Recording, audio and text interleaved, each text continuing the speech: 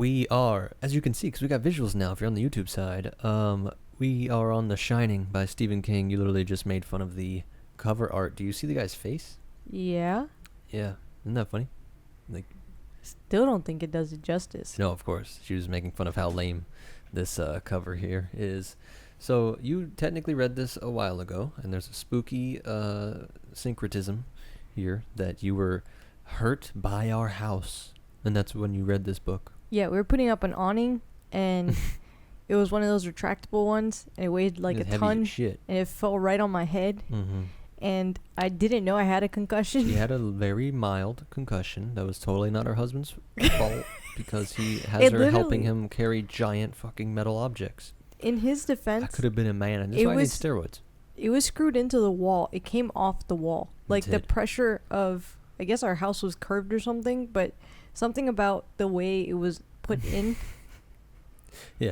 Oh no. Oh no. Can you run and do that real quick? Yeah. I will do a. We got a baby monitor going. We got babies. If you're here, we're going for book club vibes. We assume you have either already read the book or just aren't against spoilers. We're going to be flowing in and out of different points, tangents, tacking on things, everything we like, pulling from all kinds of quotes from the book. She has a million quotes here.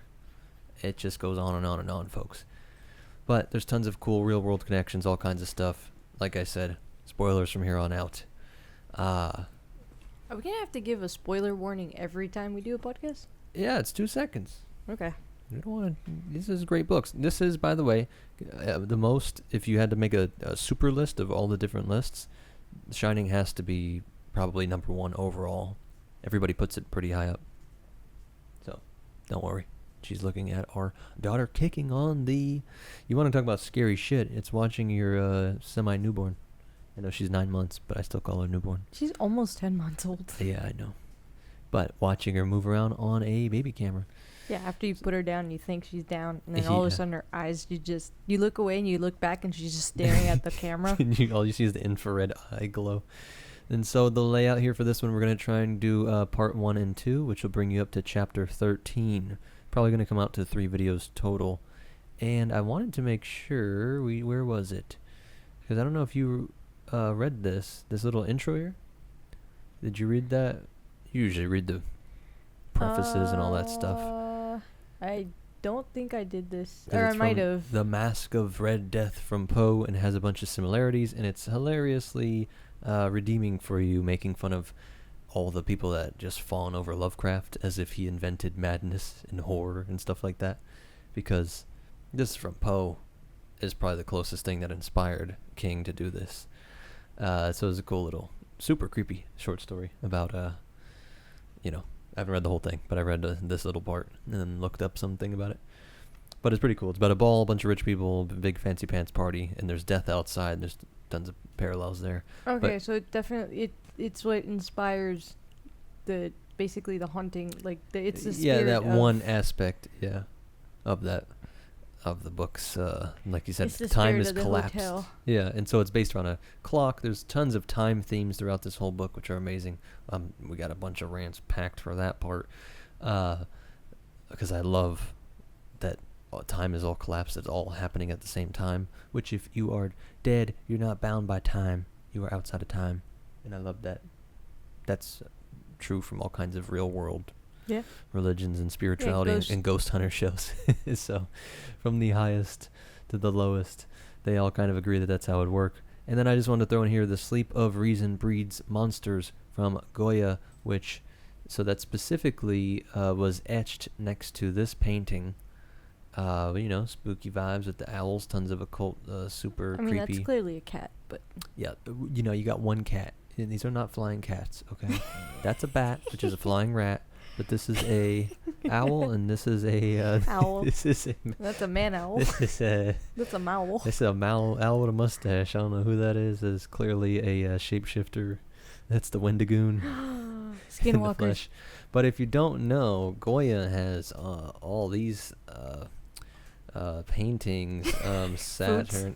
Goya foods are also great. They make great foods, but also there's these, which Yeah, this was terrifying when you showed me this. Terrifying stuff. This was found. This is not a painting on a nice little perfect little canvas in a museum somewhere.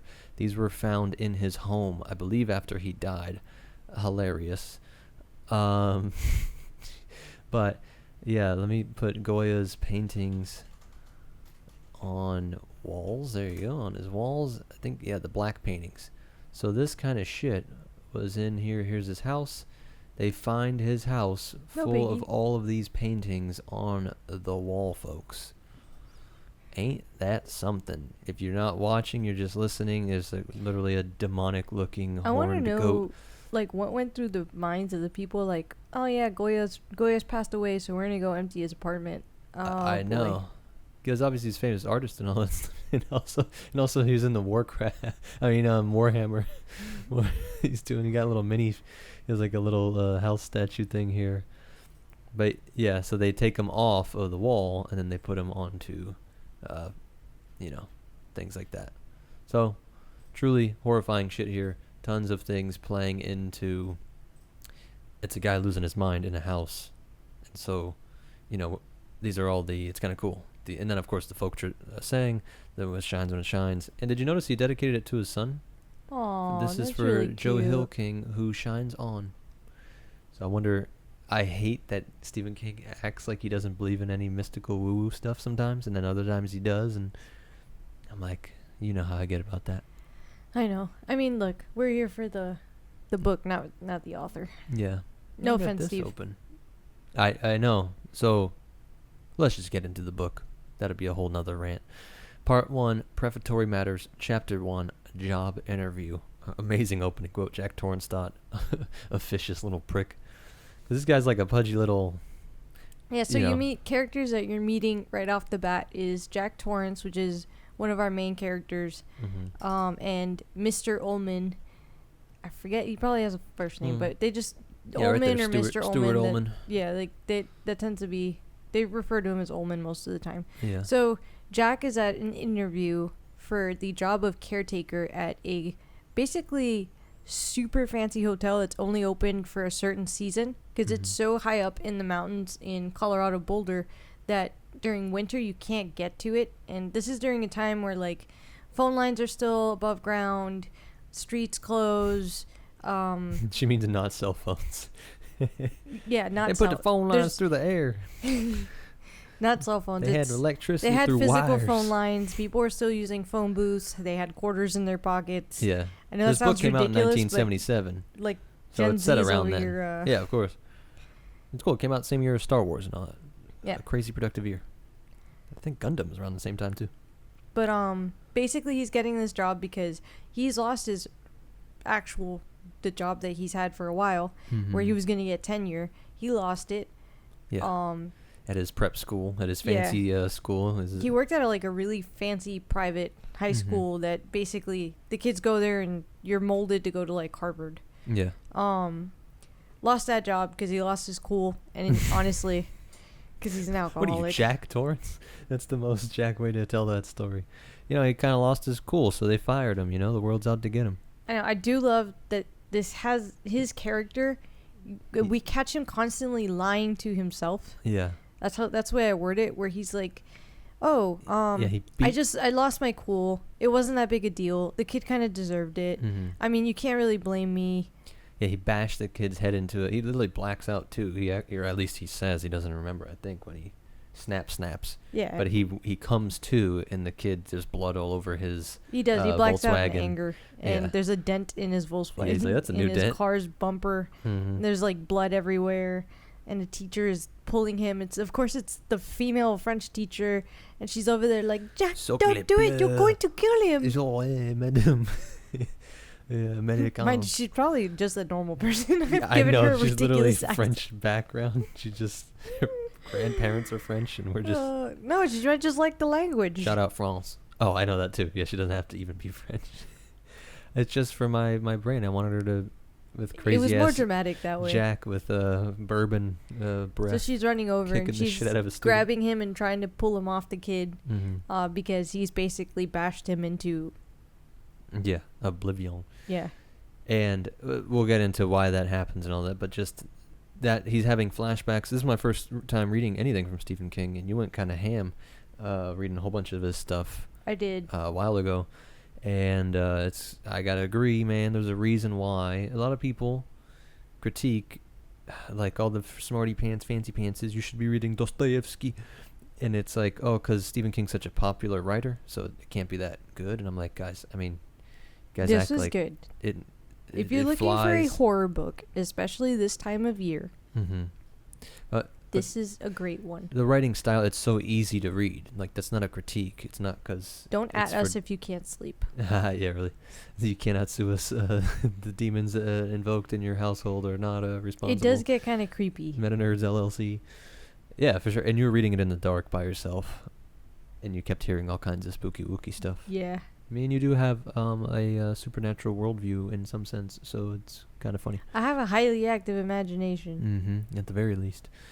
But my point was just that you can visualize a lot of the stuff. It all reads. It just flows very easily. You don't get hung up on anything. Ironically, we're reading Lovecraft. It's like the exact opposite. Now, after reading this, do you understand why I was... I know. I had such a jump to Lovecraft. And I get, like I told you in the Lovecraft podcast, I understand that it was a style of writing and it was a different time.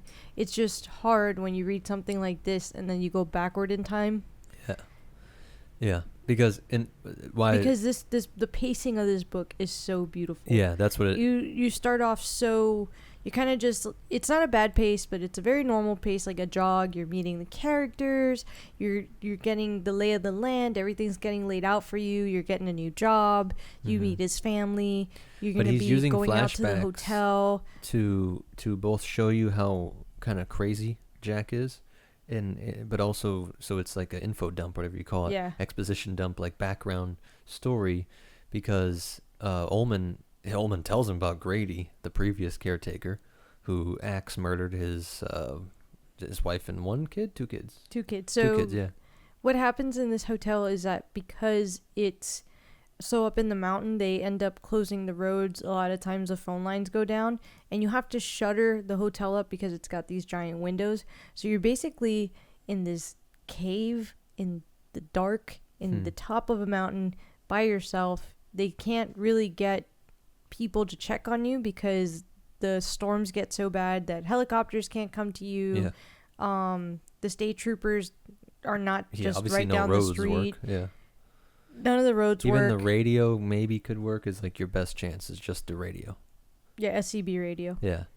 You gotta hope that there's someone listening on the other side. It's just the boiler here. Like, actually. Well, no, there's a few things. Like, basically, the caretaker is going to fix whatever's been broken in the season. Yeah. Kind of get the hotel ready for the next season. You're gonna be maintaining things for the few months before the snow really hits because hedges grow, grass grows. One of the things that Jack is asked to do is fix some shingles on the roof. Yeah. You might board up some windows. You might... But his main thing that can't not... And we're from the south, and we never had freezing. Well, but they say like... This is before heaters, like before central... Yeah. I'm saying I've heard that like that's why if you just keep the stuff running, there's something about like it's... Almost like down here, our equivalent is don't turn the air conditioning off. Like always have it running. It's an energy thing. So because the hotel is so big, they're trying to save money. Yeah. So they found that it's cheaper to hire someone and keep the boiler running and keeping parts of the hotel warm at different days. Mm-hmm. So like the boiler will heat up the west wing, then the next day it'll heat up the east wing, and the only place constantly being heated is the little quarters that you're given to live in. Yeah. That's cheaper than closing the hotel down permanently, having absolutely no one there, and then reopening and having the entire hotel heated up again. Because when they open, it's still gonna it's still kind of cold when they open. It's. Oh yeah, because they open even in the spring-ish. It's still cold. It's still like you're at March the top of the mountain, cold. so it's not necessarily warm. You're gonna need the boiler. So cranking that boiler and heating the hotel up from scratch is actually more expensive than hiring a guy to live there and basically be a hermit all winter. Yeah. And they talk about cabin fever, going nuts. That's what they think happened with Grady. It must just be that he lost his mind being cooped up there. But Grady murders his wife and his two daughters and then kills himself. So imagine they like close the hotel. They tell Grady, all right, here's the key. You're going to take care of the hotel. We'll see you in 3 months. How did he? I don't remember how did he kill himself? I forget. What does it say how he killed himself? Oh man. Because of course we mentioned the spoilers, but like that's interesting that Jack turns this shit on himself. Dang, it does, but I don't remember how. I know he chops his family up. Yeah, he chops his pee off. No. I was like, what? Where was that going? Let me read while you look up that. I want to read these couple sections here because it gives a great look at both Jack and the character. He blew his own head off with the shotgun. Yeah, right. I was vaguely remembering that. Okay, that's funny. But he axed. He killed everyone else with an axe. Yeah, that's fucked up. That's such weird logic, morality on my part. Like, well, you should have done it. It would have been better with the shotgun. So, and we haven't watched the movie yet, by the way, guys. So we're gonna watch the movie after we finish these reviews. That Jack Nicholson, like that look, it says here he flashed the big PR smile again, like that from the movie. Like, of course, Jack we've has seen. a PR. He's a functioning alcoholic. Yeah, and he has he's been on his able best to behavior. create a great mask Mhm. for everyone else. So his what a PR beautiful smile. word you chose. Because like, think about that theme. This is what I mean by Stephen King really fucking knocked it out with this book. I gotta say, Yeah. there's a reason why this is on the top of so many lists. And as a not like Stephen King super fan or nothing. Yeah, because you got the whole mask.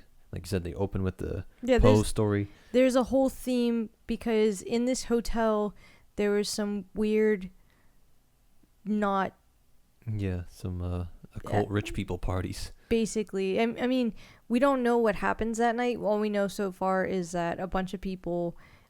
It was a masquerade. They took their masks off, and I know that there is talk of them like having an orgy. And, yeah. You never seen Eyes Wide Shut, right? The movie. No. Yeah. All right. It's like that. It's just. I'm not a huge scary movie person. No, we're gonna work on that this October. I have a really bad overactive imagination, and that shit don't let me sleep. Mm-hmm. And so I have steered away from scary movies for a large chunk of my life Until now. because I can't handle it. Yeah.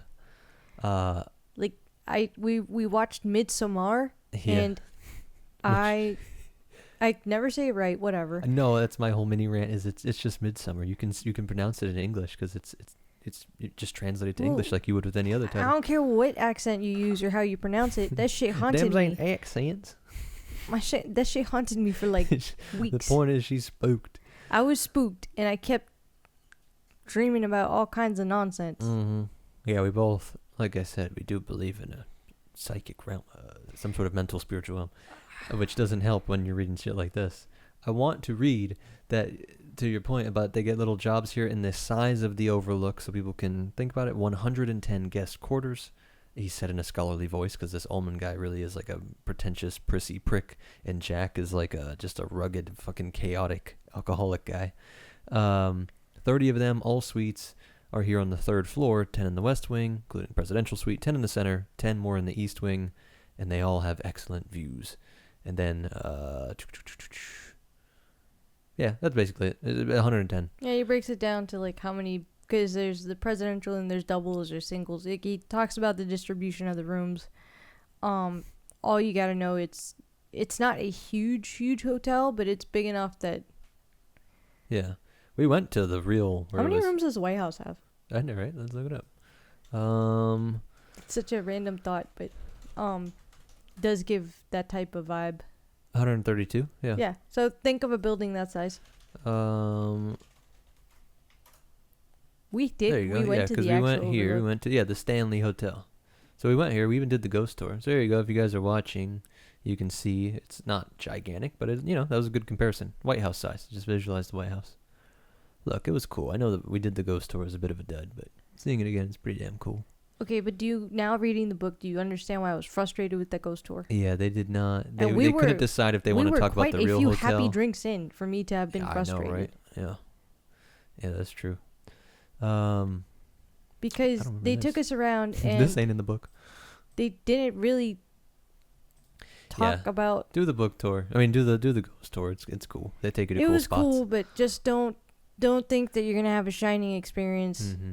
You can have 3 different experiences: the book, the movie, and then the We real still world gave our ghost chick story. a tip. Yeah, So it was cool. don't at me. Anyway, You're still nice. yeah, she was. I'm She sure was they're she was a limited nice by person. being torn between being a Stephen King hotel and being their own thing. It's like, dude, we're here because of the book. They literally have an entire little miniature of, and yeah, that's the other. Okay.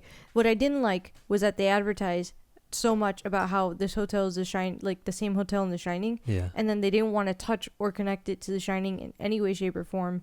And they literally have, so in the book they talk about how in the park there's a little tiny miniature overlook Yeah. that the kids can play inside of, like basically a giant little Dollhouse, dollhouse thing, but not a dollhouse. It's one of those fake houses the kids basically play house in. Yeah.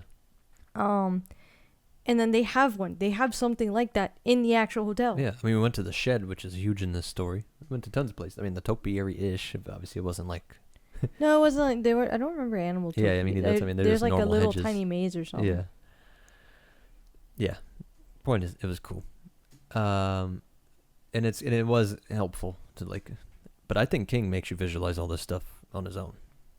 It's just really cool. And hating all the flashbacks here. My point before was just that this Shockley guy, this uptight manager Ullman, is trying to pry and learn more about who Jack is before letting him take over his hotel. Well, Ullman doesn't like Jack. Yeah. And he wanted a just single be guy. blunt. That way the next guy doesn't kill his wife and kids. He didn't like that he went back to his hotel because Ullman is under, for me, I feel like Ullman is under a spell by the hotel. Yeah, for sure. Where he, not necessarily the same spell that all these people that have died fall under, almost like the hotel realizes that he's very useful and he's good at his job, so we should keep him. Yeah. And so he's fallen in love with the hotel. The hotel is basically his girl, and he has to leave her every single season because he doesn't want to be up there. So he leaves, and he has to constantly leave her in the hands of someone else. And I don't think he was happy to come home and find dead people all over his hotel. Yeah. And I mean, don't get me wrong, he probably felt bad, but I think he actually was just more pissed that that happened to his about hotel. your hotel. Great for business.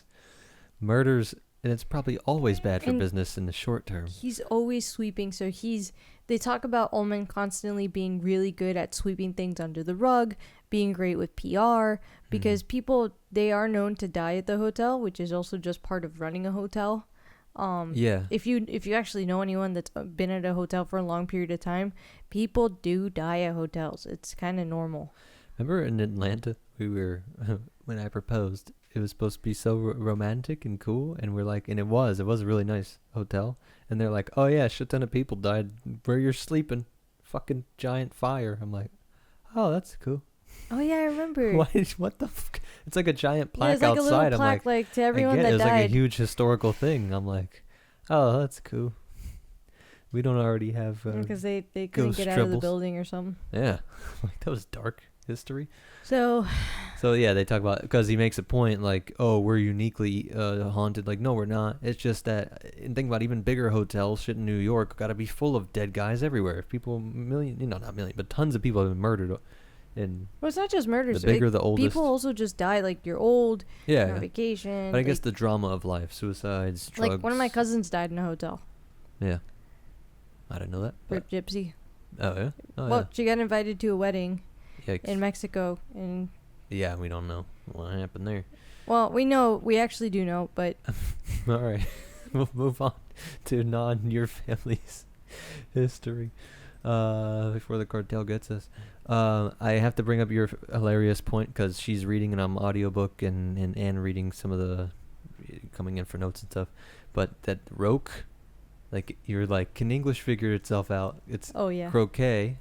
But then when you shorten it, it's just roque. It's pronounced roque. I love that. Whatever, y'all's language is ridiculous. Yeah, one of our morning mini rants. When I was like, no, it's roque, because you're like, roque? It's a random thing. That's going to be where he gets the mallet, the mysterious mallet that even our guy was almost possessed by. So, one of the cool things about this conversation with Ullman and leaving the conversation with Ullman is that you start to see how Stephen King is going to be interlacing these characters' internal memories with what's happening in the moment. So Ullman will say things like, "Oh, I heard you lost your temper," and then Jack, flashback. The way that King writes it, like visually, you see where you're almost like you're in Jack's head, and he'll be repeating, "Lost my temper. I can't be losing my temper." Like, how did he know I lost my temper? Yeah, because he's mad. His friend, his old drinking buddy, Al Shockey, right? Shockley. He's on the board of the hotel, which I find insane. Like, there's a whole separate book on who the hell Shockley is. The fact that he's involved at the end of the book. Yeah, it's nuts. I'm like, dude, that's the book. That's the next book, or that, you know. So Jack and his friend Al used to get drunk. They both used to work at the same prep school, except Al was on the board of it, and I guess he just wanted to be involved. He was like the tennis coach or some shit. Like he's just doing some random PE class, and Jack is I think English. He's like an English teacher. He works with the creative writing class, and he leads the debate team. Yeah. It's like what these guys do. Yeah. So they would like get together, and I guess this is such a fancy prep school that you could somehow stop and get drinks in the middle of the day, and it was maybe college style because he could like leave to go home early and all this weird stuff that Freddie was a teacher and he could have never done this shit. Yeah, that ain't no first grade. So probably are a lot of first grade teachers leaving to drink. Yeah. So him and Al would go and drink, and they'd get drunk, and they'd go bar hopping, and they were constantly just drunk together. They got along. And then one day there was an incident where they hit a bicycle in the middle of the road, and they could never find the rider for it. Yeah, and they convinced themselves, and King does an excellent job writing that. Like, I both believe they really just hit a bike in the middle of the road. And then a part of me is like, are you fucking stupid? Yeah. Come on, man. No, they didn't. And it's like, but no, I mean, I guess they didn't. They didn't see anybody. They keep telling themselves. This is like part of, but this is the beauty of how he writes Jack, because you're hearing about all of this whole bike incident through Jack, and you're in his mind, basically, or his point of view when he's talking about this.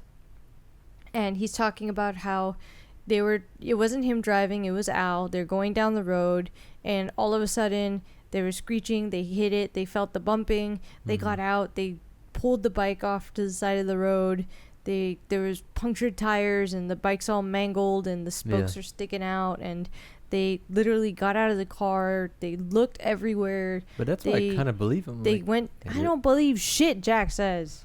He's a drunk.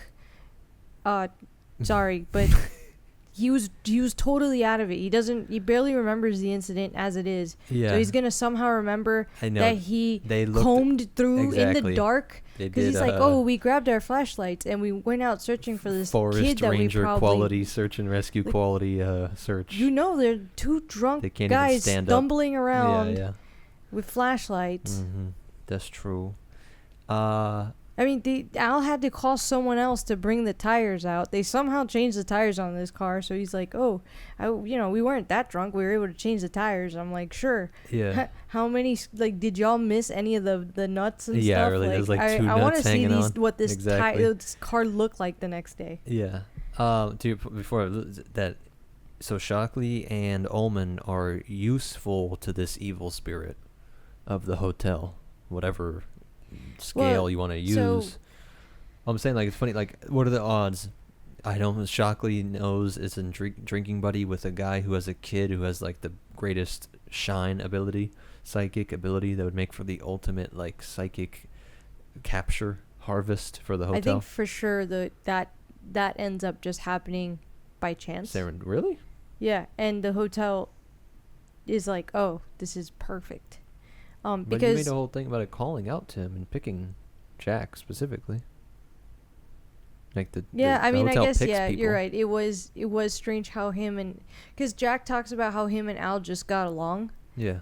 And how him and Al just, when they first met, he wasn't an alcoholic and he just slipped. But Al knows all this dark history too, and Al is literally on a board of people. Yeah.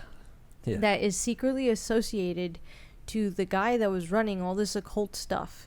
And because, all right, when Jack kind of starts doing research into the hotel, he finds out that Henry Derwent. Yeah, something. we'll We'll double check the name, the last when name. we get there too, because we're gonna move through too. Basically it was one owner that owned the hotel. Then it swapped hands and ended up back in the same owner's hands, but like secretly. Then it failed again and ended up in, after they sold it, it failed. Every time he sold it, it would fail under everyone else's hands, and it would end up back in his through some corporation or through some. So at this point, it's not technically in the hands of this occult dude, because he also was probably dead, but Al Shockley seems associated to him. He's Charles Associé from Lovecraft. Associé? I've been secretly killing families and framing the... It's me, you fool. How did you not know? You fool. Jesus. How could you not have guessed it? That's one of the funniest Lovecraft stories, if you guys don't know what we're talking about there. Go back to watch our Lovecraft one. talk and you'll understand. Yeah, so there's a great quote from J.P. Morgan that all the occult people love, and all the woo-woo and all the crystal chicks and everybody in between, that basically millionaires, I'm paraphrasing, but like millionaires think it's all bullshit, all the woo-woo shit, but billionaires study astrology. Like there's a gap with like almost like the IQ meme with like the bell curve. Like the dummies are over there looking at astrology. The smart people, it's bullshit. But the super smart people or the super rich people, they're actually back into the woo-woo. You got brokies manifesting money and doing all this dumb shit. Yeah. But also the billionaires over there. Secret occult billionaires are doing the same little rituals. Maybe with our dog is being hit by the shine. I don't know what's wrong Ben with loves their to dog. talk more than probably any other person out there. He just cuddles us while we're doing this. But sometimes he has violent dreams while we're talking about spooky shit. So yeah, I just want to mention that so that's what you're saying, that Jack eventually finds out that the history of this hotel is not just, dead people, the average dead people that a normal hotel would have.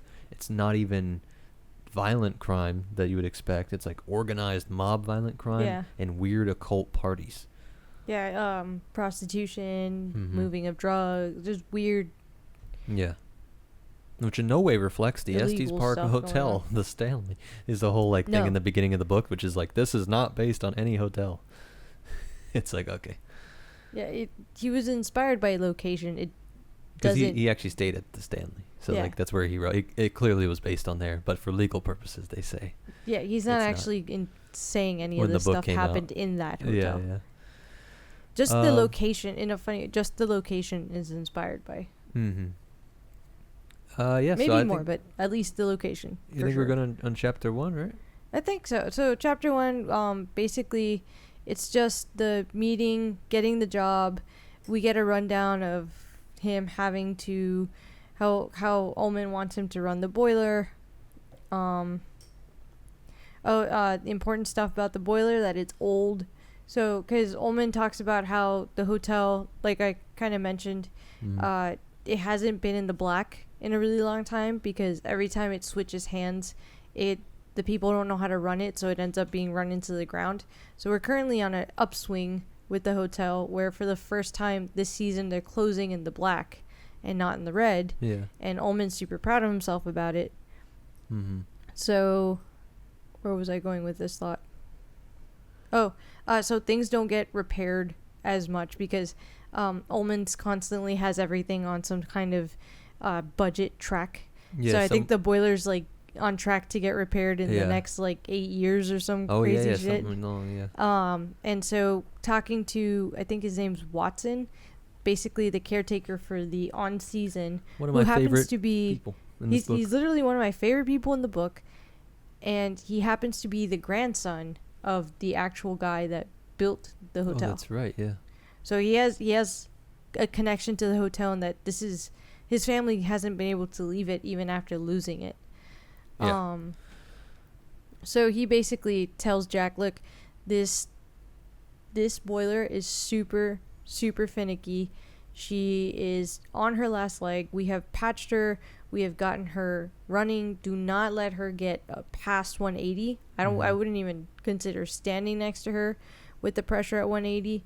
And I always picture like the the pressure gauge being like old and yellowed and like maybe having a little tiny crack and like a fog. She's like, just shaking. Yeah, it shakes, and like the steam has created like on the headlights when there's that like. Oh, okay, yeah, like fog. It's hard to read even. Yeah, like that's what I picture. Yeah, that's funny. Yep. Yeah, I guess before. So he basically gets the job, and I think we can move into chapter 2. Is basically him, kind of. I think it's basically introducing his family, right? Yeah. And seeing like how good what he of course plays super well with is throughout the whole thing, even the end, that he really does love his son in a sense. I know that sounds funny. And the wife and all. Well, not so much. I guess he does. But the dad and son, the son definitely loves his dad, even though we joke that like Danny is such a like species, people that believe in angels and demon humans, and then you got the animals, like the rank of different levels of beings. And I'm like, I know, Danny's like yes, he's a human child, so he still likes playing with trucks and shit. But he's literally the most mature person in this book. Yeah. He's like on a different plane. It's almost like a reincarnated thing that keeps its memory or something. Or like if an angel knew it was like some super spirit, knew it was taking on baby form and having to live as a 5-year-old. But it's because of his shine. It's because of the mental. He can read minds. He gets glimpses, not like a constant 24/7 live feed of someone's mind. You think he can't tap in at will, right? It seems emotion driven for sure. He could. I think he just purposely doesn't. So the way that Danny kind of describes it in my mind is that he's kind of like a forced kid, like a Padawan, but no kind of education or guidance. Training in it. And so for him, he could probably hone it where he could tap into your mind at will and maybe even implant ideas or manipulate your mind. But because he's 5, he finds it so odd and, what's the word I'm looking for? Where it, like he's imposed, like it's a privacy thing. Yeah. He finds it very wrong. Yeah. And like thoughts are supposed to be private, and he feels like a peeping Tom. It's like going in the room. He's just in there. Of course, he physically could go in his parents' room and open up drawers, but he's not. He's not supposed to go into your mind and open the drawers. So, yeah, he's a good kid. He is a good kid. I scrolled all the way to chapter 3. I'm like, I don't know, 2 is great. I mean, you need it and all that stuff. And I'm trying to, because I feel like. I don't know if that's exactly what happens in 2, but basically that's the concept. You're gonna meet Wendy, the wife, and you're gonna meet Danny. This is all kind of like the beginning of the book, and Danny's been waiting for his dad to come home, and he's just really excited because even though him and his dad have a rocky relationship at times, Danny really just loves his dad to the point where his mom's constantly jealous. She gets frustrated because even though she's the nurturing one and she's the one that's constantly thinking of Danny, at night Danny wants dad to tuck him into bed. Danny wants dad to play with him. Danny wants dad to hug him. If dad says, hey, you need to learn how to do this, Danny does everything he can to master that thing. Yeah. In this chapter 2, you get him asking about why Daddy lost his job. And he knows it's about why. George Hatfield, and he even mentions, to show you that dark side, like there is such love in this family in a funny way, but they're used to the darkness. It's like, some families live in a place where animals just come up and eat your ass while you're getting water. Some have murders or violence or war, and this one has just dark fucking demons in this guy's mind and alcoholism, because he literally says, did he hurt George Hatfield like the time I spilled all his papers? Sometimes. And she's thinking about like with him in the cast, Danny with his arm in the cast, he does things he's sorry for later. So Like, the way that Stephen or King, however you want to refer to him, the way that King starts to tease you into this memory and bounces between the perspectives of not even Danny. So Danny, who's the victim of this in this memory, you never actually get his perspective of it. Yeah, that's Other true. That's a great point. Then Yeah, you don't get like doesn't think about it much. Yeah. Like, when my arm snapped, the pain. Yeah, I couldn't believe Dad did that. The characters that you're constantly bouncing in this memory are the mom and the dad, and you start easing into it with the mom just remembering this cast situation because I'm gonna just jump into the memory. No, of course. Yeah, we're jumping all around. What happened is that Jack was starting to drink often, and Jack's a writer, so he had written this play or a book or something, and he had basically like the final copy in order. And you have to think this is a time of typewriters, so it's not a situation where he could have reprinted something. Okay, you had to sit there, and anytime you made a mistake on a typewriter, you had to basically type the entire page over again. So he's drunk, and he comes home. Or I don't even think he's drunk. I don't remember if he was. I don't think. Yeah, I don't Sorry, know. I don't think he was. I might be mistaken about whether he was drunk or not. But he comes home and Danny is. But of course you think he's drunk because he literally spilled beer. Yeah, the thing is that Danny spilled his beer and like threw all his papers around and spilled beer all over his papers, and he thought it was. He's just being a kid. He just thought he was doing what Dad does. He's just rummaging through shit. He's messy. He's a little kid. Yeah. But he was excited. Like, now having a kid, they just want to feel like they're a part of your life, or they're doing what you're doing, or... And also chaotic. She literally threw her little cat thing. She loves her little cat. And she goes, and fucking then loses her grip and it flies away. Yeah. But Danny was 3. Yeah, I know. But it's the same idea. They're going to do these little, like, crazy, erratic behaviors when they're excited. Because they don't know any better. So Danny was excited. He mixed up the play and spilled beer all over it. And Jack got so mad that in Jack's mind, what he did was grab Danny to spank him. And in grabbing him, grabbed him so hard that he snapped his arm. Yeah. So this is another case where I feel like Jack is just lying to himself. Yeah, he just pulled him back, yanked him back. I don't think Wendy's in the room. She comes running in to the sound of Danny screaming because his arm has been broken. Yeah. But and like I said, we never see Danny's side.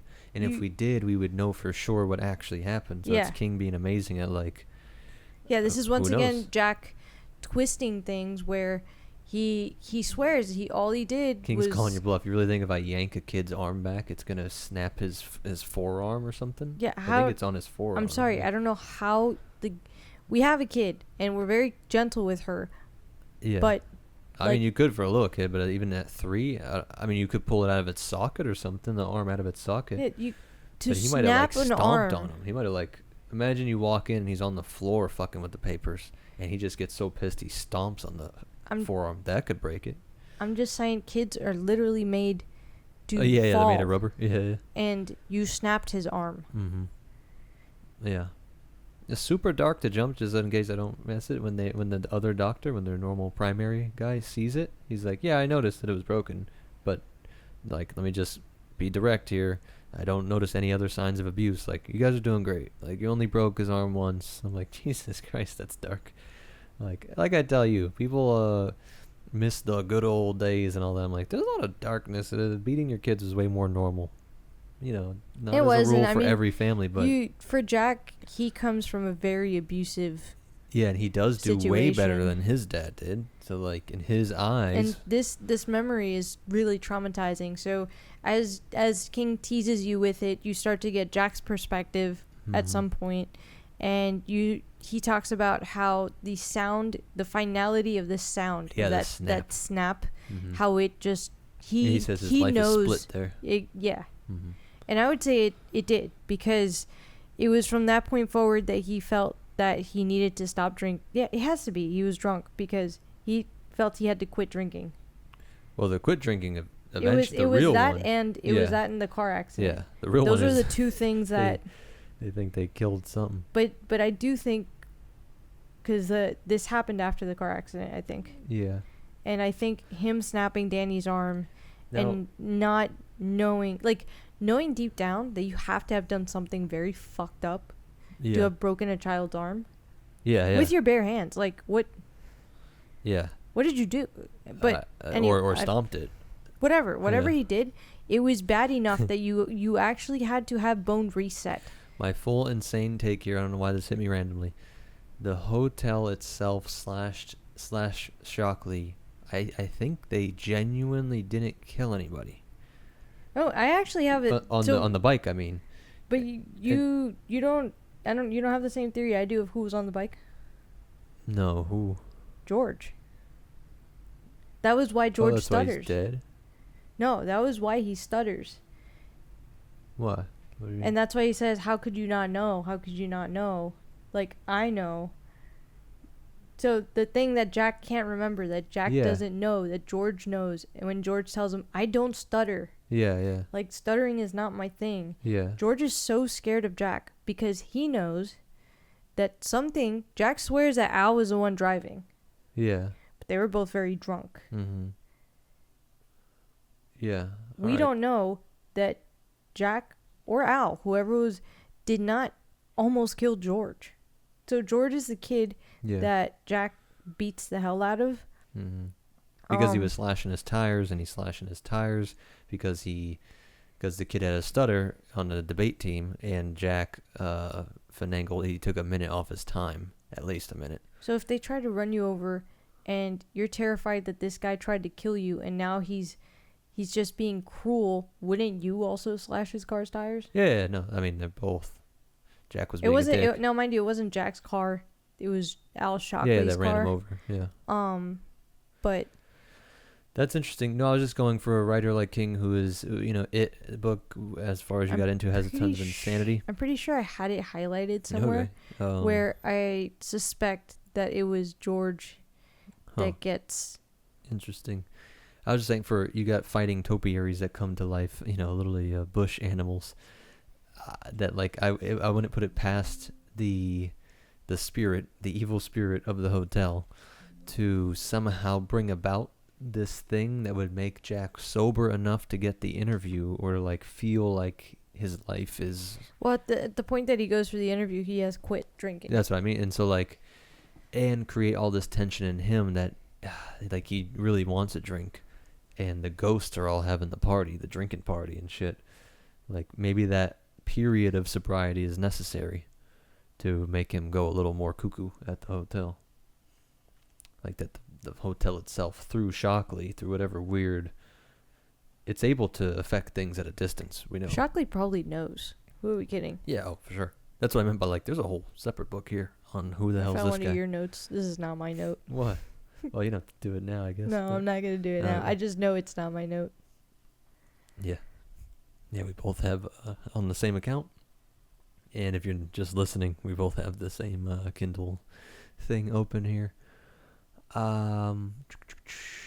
So, I really do. I suspect that George is the person that was on that bike. Yeah, that's interesting. And that's why he stutters, and that's why he's because he can't believe that Jack wouldn't know that they almost killed him that night. And he stutters because he's terrified of him. Yeah. Maybe, yeah, okay. I mean, I don't know. I'll think about it. I almost want to... It's interesting. I'm going to see if this is... I know a theory. Let me see. Who did Jack and Al run over? Oh, yeah, and that's the other thing. Another thing that... So, to begin with, part of Jack and him lying is that we have a back and forth. One of the ways that King lets you know as a reader that Jack lies to himself is that you have a lot of dialogue between him and this kid George. And George, what happened is that triggered him basically slashing Jack's tires is that he's on the debate team and he stutters, and Jack doesn't like it. So at some point, George is looking at the clock while going through his whole little debate, and the timer goes off that Jack is in control of, and George accuses Jack of moving the time up. And Jack's like, no, I didn't move the time up. So in the book, Jack repeats to himself constantly, I didn't move the time, I didn't move the time. And then slowly it becomes, if I did move the time, it wasn't by much. And if I did do that, it was only because he's not going to make it in the debate team. So I'm just putting him out of his misery. Yeah, to help him. Like, if I did it, it wasn't more than a minute. I wouldn't have moved it 5 minutes. So I think he finally admits, he finally does say it was just a minute. Yeah. They only took a minute off the time. And I'm Which like, I still my don't God, even this trust guy's that. crazy. I don't even trust that. Yeah, of course. Yeah, it's cool. Oh my God, I can't believe it took me almost an hour in to get this point out. I call this my little sub, like the old-timey books would have. The alternative title is Sometimes Bad Things Happen to Bad People. Danny the kid is innocent, and he's great. But, like, poor Jack, he got manipulated, but he's a bad, nasty dude for, like... He's not. So long. He's such an egomaniac, too, his whole book writer. He has a whole thing way later in the book about how he's going to be, like, 70 and he's going to have Nobel Peace Prize, or the... what was it, in literature? Excuse me.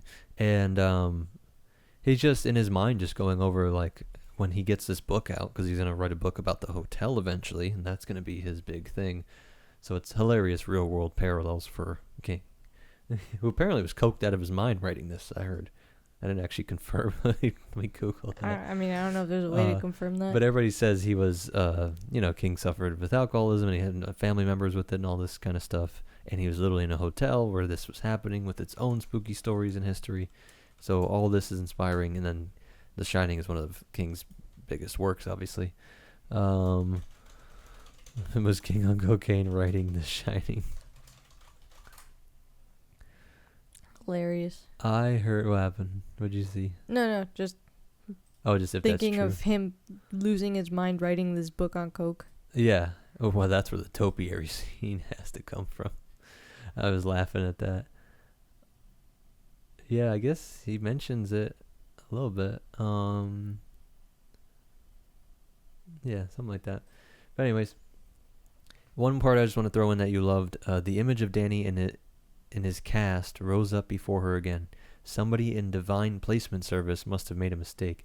One she had feared could never be corrected, and which only the most innocent bystander could pay for. And I love "Stay out of the road, Doc," she said as she hugged him, and I just thought of Pet Sematary, of course. I'm so King's other book. So I'm sorry, I did one small tangent of trying to look up whether anyone else has this theory of him being on the bike.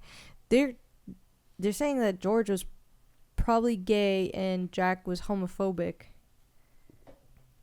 I didn't get that at all. Yeah, that's what the could be about. But I actually think, because he keeps saying man, now I wish I thought I had highlighted it. There's an actual line that I'm pretty sure I read, like what that I thought connected well, maybe it'll George come to us later when we the get bike. to that part. Don't worry about it. We'll keep going. George says that Jack hates him because he knows.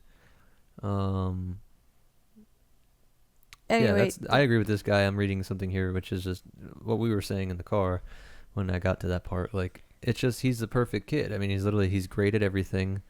Like this, is that what you saw? I kind of assumed he was being gay in 70s. Yeah, but there's a lot of people that think that. The kid was great at football and all that. He's literally also so what I think it's hilarious is that Jack, while he's losing his mind and being drunk, he's writing a play, and in the play, even he admits that George was the perfect character. Yeah. Like almost the real life version of his main character who he loved. He supposedly loved this character. And then there's a student, it's literally a student principal type play, and the principal, he hates that character, but ironically that character's so much like him. And then at the end of the book he ends up actually flipping and hating the character that he created for the student, which was basically George, and actually relating a lot to the character of the principal, which he hated at the beginning of the book when he was first writing the play. So I felt like that's the whole point of why Stephen had him Yeah. writing this play to begin with, because it was ironic that he hated George. Yeah. And he's literally writing an entire play with George. I think for somebody that loves extra layers and putting on everything, I think some of these people are putting too much onto his backstory, and Yeah. it literally was just, look, Jack it's has a just dysfunctional parents that they were not rich, and they were abusive, and they had all these super obvious flaws. George's family, maybe they got some dark secrets, but they at least superficially seem perfect. Like, they're rich lawyers, they're going to this amazing school, which, like you said, is a pipeline to Harvard. The kid is great at athletics. He's like and he's great on the debate team, and he would have been, and he's great in academics. So it's just that this stutter was like so strange and out of nowhere that, was the only thing he was flawed in. Yeah. Like you said, it's just the perfect kid with the perfect family, and that's the opposite of Jack. And he's jealous of it. Mm-hmm. Like, I'm like, guys, I think it's just that. I think it's that simple. That one doesn't have to be too crazy. I'm gonna go into chapter 3. Yeah. That just what you see here from one of your notes is just like we said, it literally opens with the part from Poe. We got a clock, ticking, time, repeating, tick, tick, tick, tick, Tick, tick, and tick. so there's things that are in the characters' minds that are repeating, and so it's playing with both time themes and hypnotizing themes. Like I was saying, like repeated. These things are repeated over and over and over again. Like this, lost your temper, you lost your temper. Like Jack keeps trying to dial in his alcohol, his drinking, and his temper. He knows, and he makes so many promises. King does such a great job of hypnotizing you in this book. Mm-hmm. There are so many. He uses repetition and rhythm in this book so beautifully. Literally, the next bit, lost your temper. Again, like over here. Yeah. Page, lost your temper. Page, you lost your temper there again. Yeah, and even there, like it'll say just lost your, and then it'll cut off because a new something else has interrupted that sorry, thought. I missed that one. Yeah, up here. And it's not just that; it's a constant. There are a lot of constantly recurring themes. There's also this cannibal family that had to like eat each other. There's the snow. There's the Donner Party. Yeah. That got lost in the snow. I love. My whole thing was, that's like the real horror. The radio jockeys are making a joke about it because it's so cold, you don't want to end up like them, as that happens later in the book, as they're descending into madness. And it's like, man, your family matters so much, literally your whole world, your whole universe, and you could be fucking plagued by supernatural evil spirits, and it's just going to be made fun of. Yeah. A decade later, years later, whatever. There's gonna be memes about you, but we get to see the internal chaos and struggle. I mean, obviously they're fake writers, but this happens to people, whether or not you believe it's true. The spirit angle, this at least a mental illness form. People have the internal state of these characters. Of course, these particulars are fiction, but it is horrifying to know. Like, obviously, this has happened countless times throughout history. People going insane, doing that. So, very scary, King. That's why we don't even joke. We were making fun of, like, I want to make fun of, like, oh, you did this. And it's like, I don't like to yeah, joke. King does such a great job. It's like, it's gross. It's, like, actually freaky to make fun of and act like you're Jack or you're fighting or anything. Yeah. Yeah, we don't need too much. This is still them talking, actually, in chapter 3. I mean, because you jump back and forth a little bit. You do find out one of the cool and terrifying characters that gets introduced without you knowing is that you find out about this lady that died just this year, and that ends up being the lady in room 217. Oh yeah, Saggy tits and all. Okay. Yeah. Where is that? Let me see if I can find your actual quote there. Yeah, 217. No, that's way too far. But basically, Jack gets the job. He's on his way home, and Danny's been waiting for him. And you find out that Danny's kind of able to read minds in chapter 4, like moving into it. Okay, yeah. Because you're not going to get a quote of her. You're just going to find out in chapter 3 that this lady had a young a young dude that she would hang out with, if you catch my drift. Yeah. And then he like left one night and she was distraught, and then she killed herself in the hotel, and they had to like get rid of her quietly. Her husband, who was a lawyer, was going to sue, and Ullman was able to shush everything up. So it's really to introduce her character and show how Ullman kept everything under wraps. That's really the uses of that introduction of story in that spot there. Yeah. At least in my mind. So you're in Danny's mind. You basically realize he can read minds. He knows that his parents have thought about divorce. Mm-hmm. I don't think he realizes that the snapping of his arm was such a impactful. I think he does, but I don't think he fully. Like you said, not even. Oh, I guess I want. Because in his mind, really, what's bad is that his dad drinks. He calls that the bad thing. Because I think he knows it's connected to that weird parallel realm, this psychic spirit realm that Tony lives in, the spirit that talks to him. Yeah, which, by the way, did you kind of understand Tony by the end? Yeah, let me make one point. Danny, like, to your point, he has what in Buddhism or Christianity, like saints, like it's literally, I've never seen a character that so isn't concerned with himself. It's about others. Yeah. Like when you hear these stories and they didn't even care about their own suffering and all this stuff, you're like, really? And I'm like, Danny is a great, like you said, he literally doesn't think about his own pain from the broken arm. He doesn't care. He loves his dad. Shit happens. He's more worried that drinking just alters his dad in a way. Like his dad is one person, and when he drinks, he becomes another. Because then it puts him in this evil spirit realm, I'm just going to call it. Whereas Danny's like, I'm not going to fucking destroy your mind. I'm not mad at you, Dad. Like, I'm not going to... There's no consequence on my end for you destroying my arm. But there is consequence with the drinking habit, and it's going to lead to this realm. Let me just read. Before Tony had appeared, far away as he always did, calling distantly, and the strange things had blotted out their kitchen and the carved roast on the blue plate. Just for a moment, his own consciousness had plunged through his daddy's darkness to an incomprehensible world much more frightening than divorce, and that word was suicide. Yeah. Danny had never come across it again in his daddy's mind, and had certainly not gone looking for it. He didn't care if he never found what it was. So it's a really cool... There is a mental plane of existence that he feels like the scene with Tony coming to him in the hotel, where he says he goes through the mirror. Like he says he goes through the mirror, right? Well, so Tony, from the beginning, as soon as his dad gets the job, his dad hasn't even made it back because he had to drive out. They're living in a different part of Boulder. His dad had to drive out to the hotel, so it's like, I think, like an hour or a couple hour drive from where they currently live. And his dad isn't even home, and he's visited. So Tony is referred to in the beginning of the book as his invisible friend. But truthfully, it is someone who's visiting him. They come to him, and they're trying... They try to enlighten or save him or guide him constantly. Yeah. Tony usually used to show him all kinds of like nice things.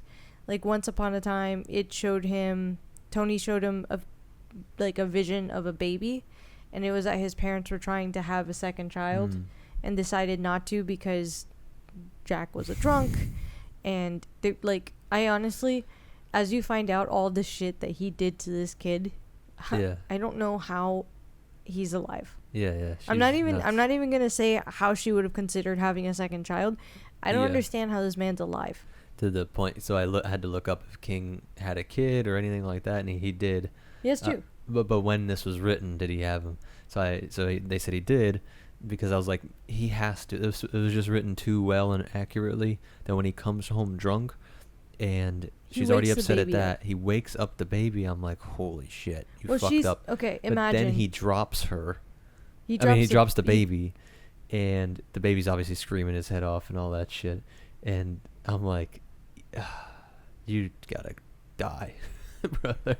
You left your wife home alone with the newborn. You go get drunk, and you came home and woke them up. If you left me to party, and you came home at 4 in the morning, hurt her, and you woke her up and tried to put her back to sleep and dropped her. Which is drunkenly stupid idea, like crazy, like the layers of insanity of that. If you have kids and a newborn, Like instead of just saying to yourself, "Oh, but it's just it's because it's Jack," because Jack doesn't want to get in trouble and Jack doesn't want to, and like I get that Jack loves Danny. Mm-hmm. But he wrote that so well in his own way. I was like, but King has a wife with a newborn who knows, like, I would have killed the terror that I feel when I like drop something in the sink and it's just like loud as shit in the middle of the day and the baby's sleeping. I'm like, oh my god. Like even now, you're gonna she's be sleeping so mad. And like there are times where he puts something in the sink and if I hear it, he's looking at me like it wasn't that loud.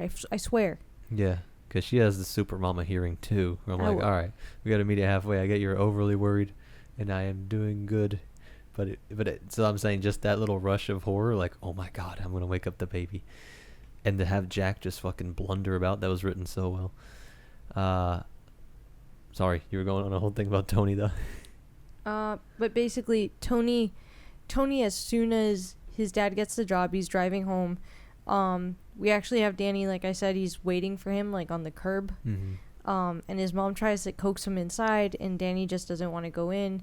And he ends up having a vision from Tony, who comes to him while he's sitting on the curb. Which, by the way, what fucking hood do they live in? I only say that because imagine, Danny's, like, 5. Mm-hmm. He's sitting on the curb. It was the 70s, baby. There's a couple, like, holding hands of their older kids walking by. Yeah. And he just slumps over.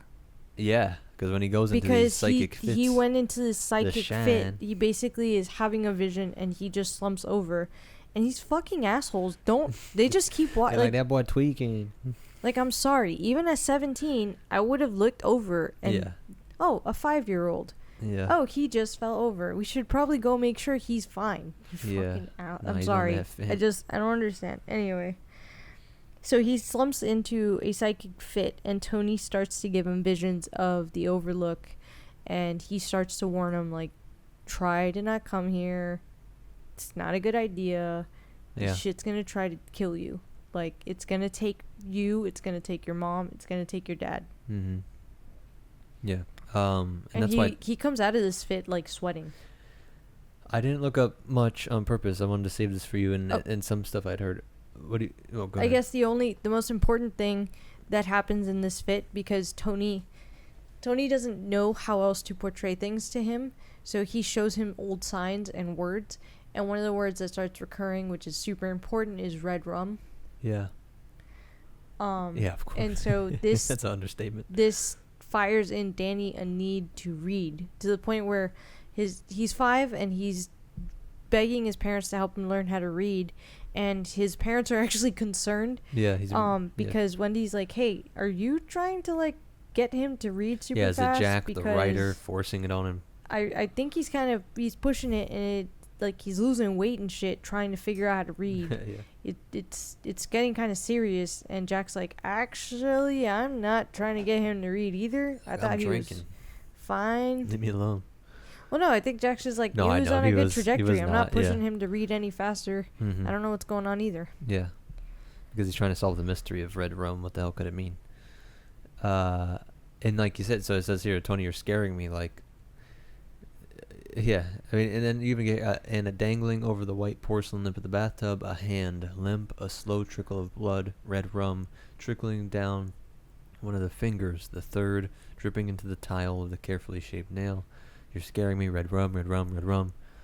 So that's what I was going to ask you. What do you think? Is Tony a good guy? Yes. Yeah, I think so, okay. too. Spoiler for you.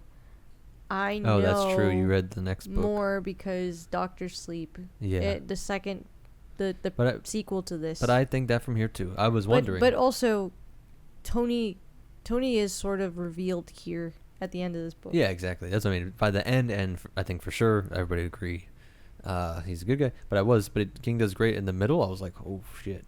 Yeah, he definitely has you wondering evil. Who Tony is, and then Tony disappears for a while. Yeah, yeah. And you wonder why, and then it turns out that the hotel has been stopping Tony from getting through to Danny. It's like our funny idea of how dreams work, that they're real in a sense, that there's a real place somehow.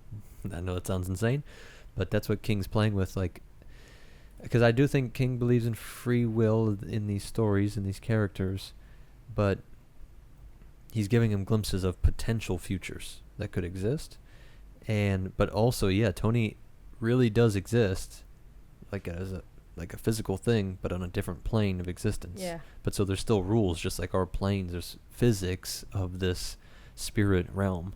There's like rules and laws and powers, and people can hold you up and people can not. It's confusing and hard to understand because, like, why does it come to him? Who Why do is you it so think vague? Tony is? You mean we know in this book? Like, it's mentioned? It's definitely mentioned, but I don't think it's as clear as in actual Doctor Sleep, Yeah. if I'm remembering this. Okay, I would also like to put it out there. I read both of these books with a concussion. Yeah. And although it was mild, I had an awning fall on my head. I was basically The wasps are everywhere. slurpy brained for like a month. Yeah. So I'm pretty positive that I remember who he is, and in this book definitely has me thinking I'm right. I don't But have crazy ideas. I want to hear what you say. It's a guy, so it's not the daughters. So it's a third party? I don't think it's Danny, that whole theory. Do you think it's like... So I think it is a separate spirit. Okay. What do you think? I already know. I can't tell you. Oh my god, so it is Danny's, like, not projection of answering himself, you. his oversoul. I'm not answering. Oh, that's right, it's him from the future. Whoops. I have the greatest memory, the funniest brain. Man, we did not say there were spoilers for other books. I mean, it's kind of not. They tell you here, but They tell you in here? yeah. Where is that? Are you remember? They describe. No, it's towards the end when. Because, alright, as I was going to say, I heard a theory. I was going to be disclosure. I just wanted to hear your thing. I heard somebody going on a whole thing about how it's a kid. How it's, just a kid that was murdered or something, trying to help him not be murdered.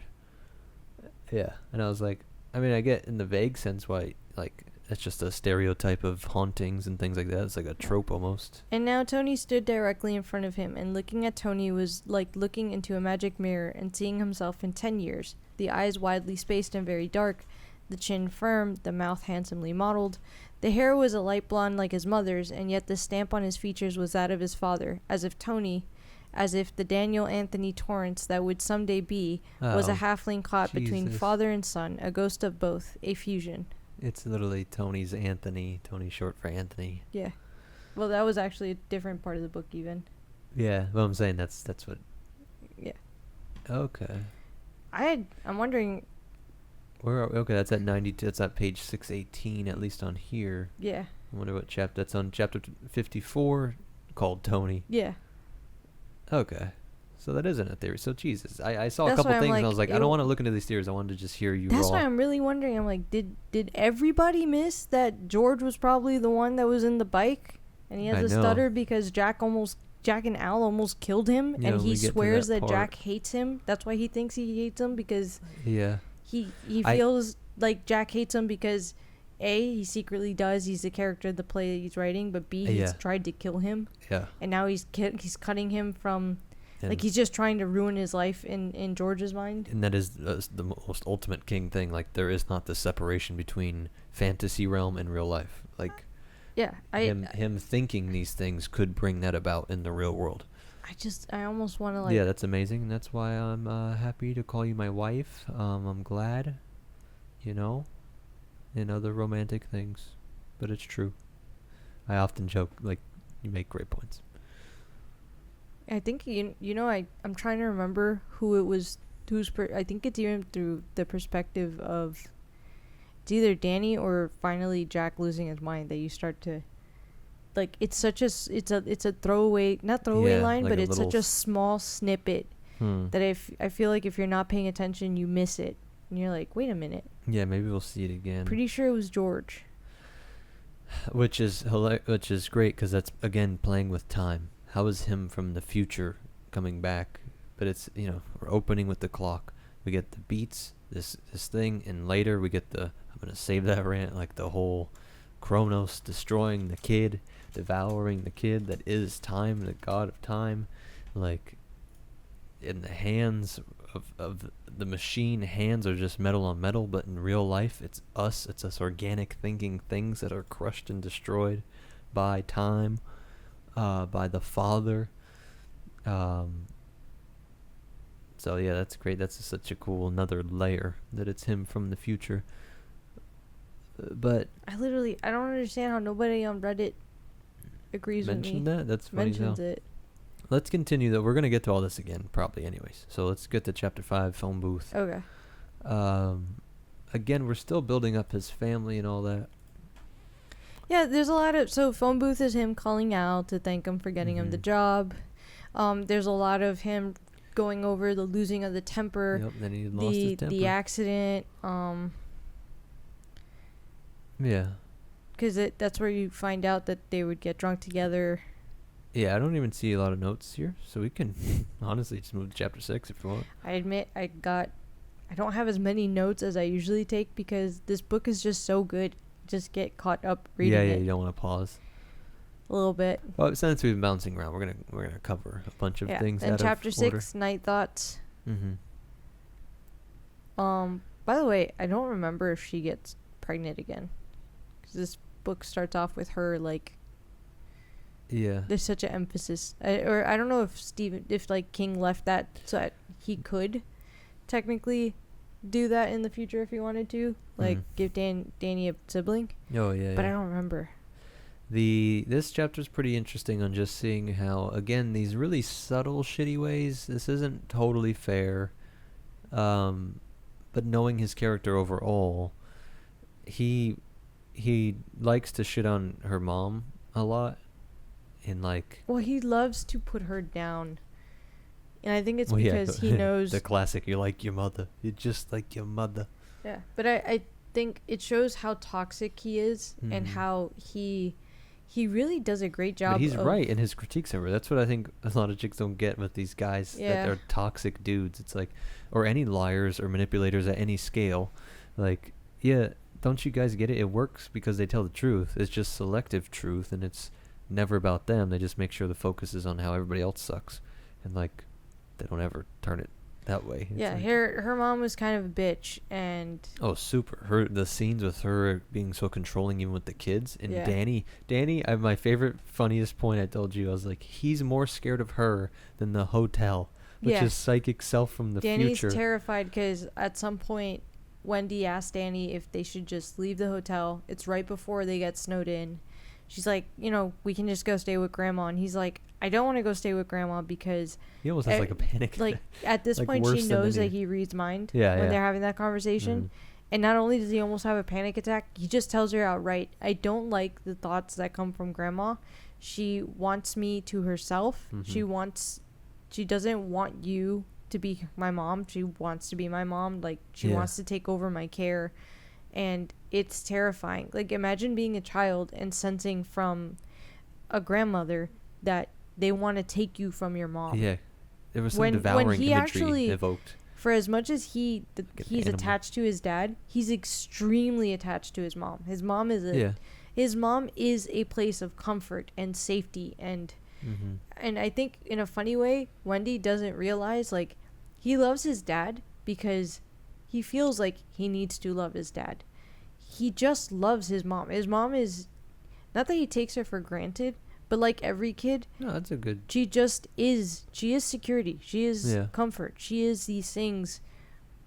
So he also doesn't have to earn her affection and attention. No, he just knows he has but him. Sadly, like, that makes Dad more like, yay, Dad didn't hit me today. Yeah, that's cool. Not that he hits him often.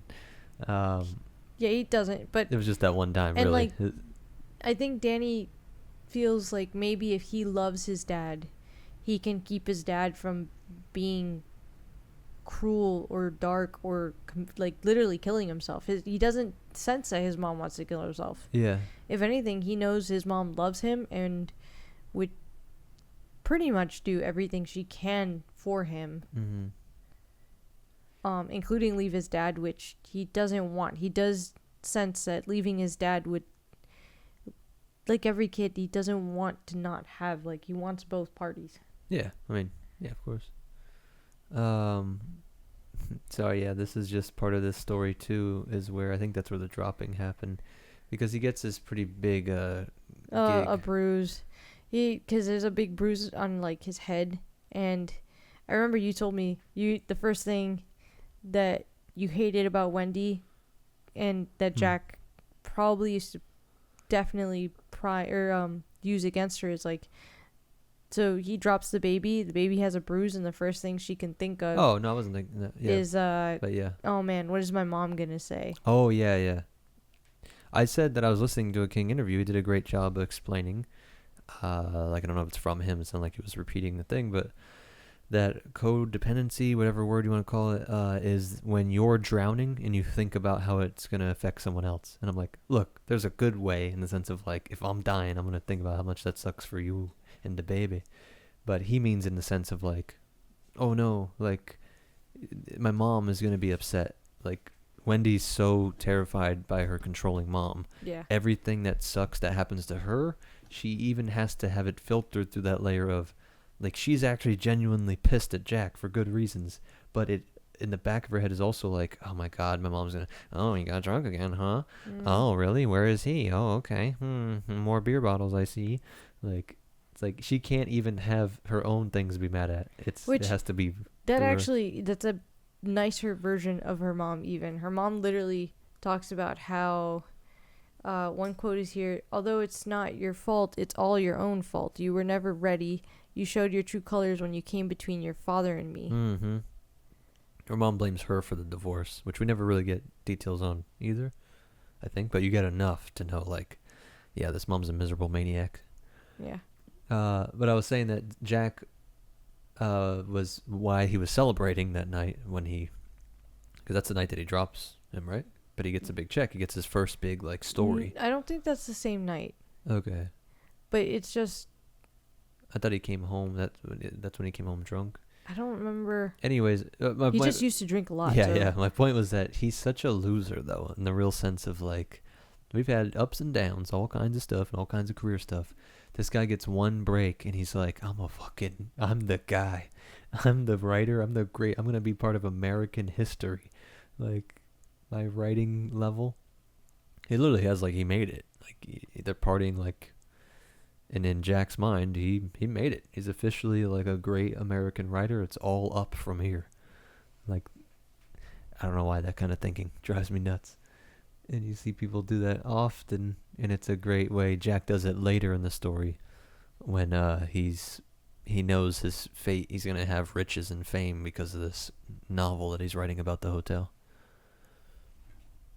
What happened? What'd you find? I was just trying to see if it was that. Yeah, I love it. Her own mother calls her a home wrecker. It's like, what? That's usually used for hussies. But she means, like... Yeah, you're right. It was when they were celebrating the Esquire. Yeah. Yeah, and then he comes home super late, drunk from that. And he just wants to party with the kid. Well, he wakes him up, and... That's what I mean. Like, oh, come on, get over it. Like, he just refuses to have serious vibes. Or Wendy had rushed out thinking of what her mother would think if she saw the bruise before she thought of anything else. God help her, God help them both, and then picked Danny up, sat in the rocking chair with him, soothed him. She had been thinking of her mother for most of the 5 hours Jack had been gone, her mother's prophecy that Jack would never come to anything. Yeah. Big ideas, her mother had said. Sure, the welfare lines are full of educated fools with big ideas. I love Did that the one. Esquire story make her mother wrong or right? Winifred, you're not holding that baby right. Give him to me. Mm-hmm. And was she not holding her husband right? Why else would he take his joy out of the house? Yeah. Which is kind of nuts, but like, this is King knows somebody that's like this or what? I'm like, this is written so well. So I guess we can move on to chapter 7, right? Yeah. Chapter 7. Yeah, I mean, it touches, there's nothing really, you just get to know a little bit about her backstory, her, like, family life. Well, let me just read that first opening. Danny awoke with the booming still loud in his ears and the drunk, savagely pettish voice crying hoarsely, come out here and take your medicine. I'll find you. I'll find you.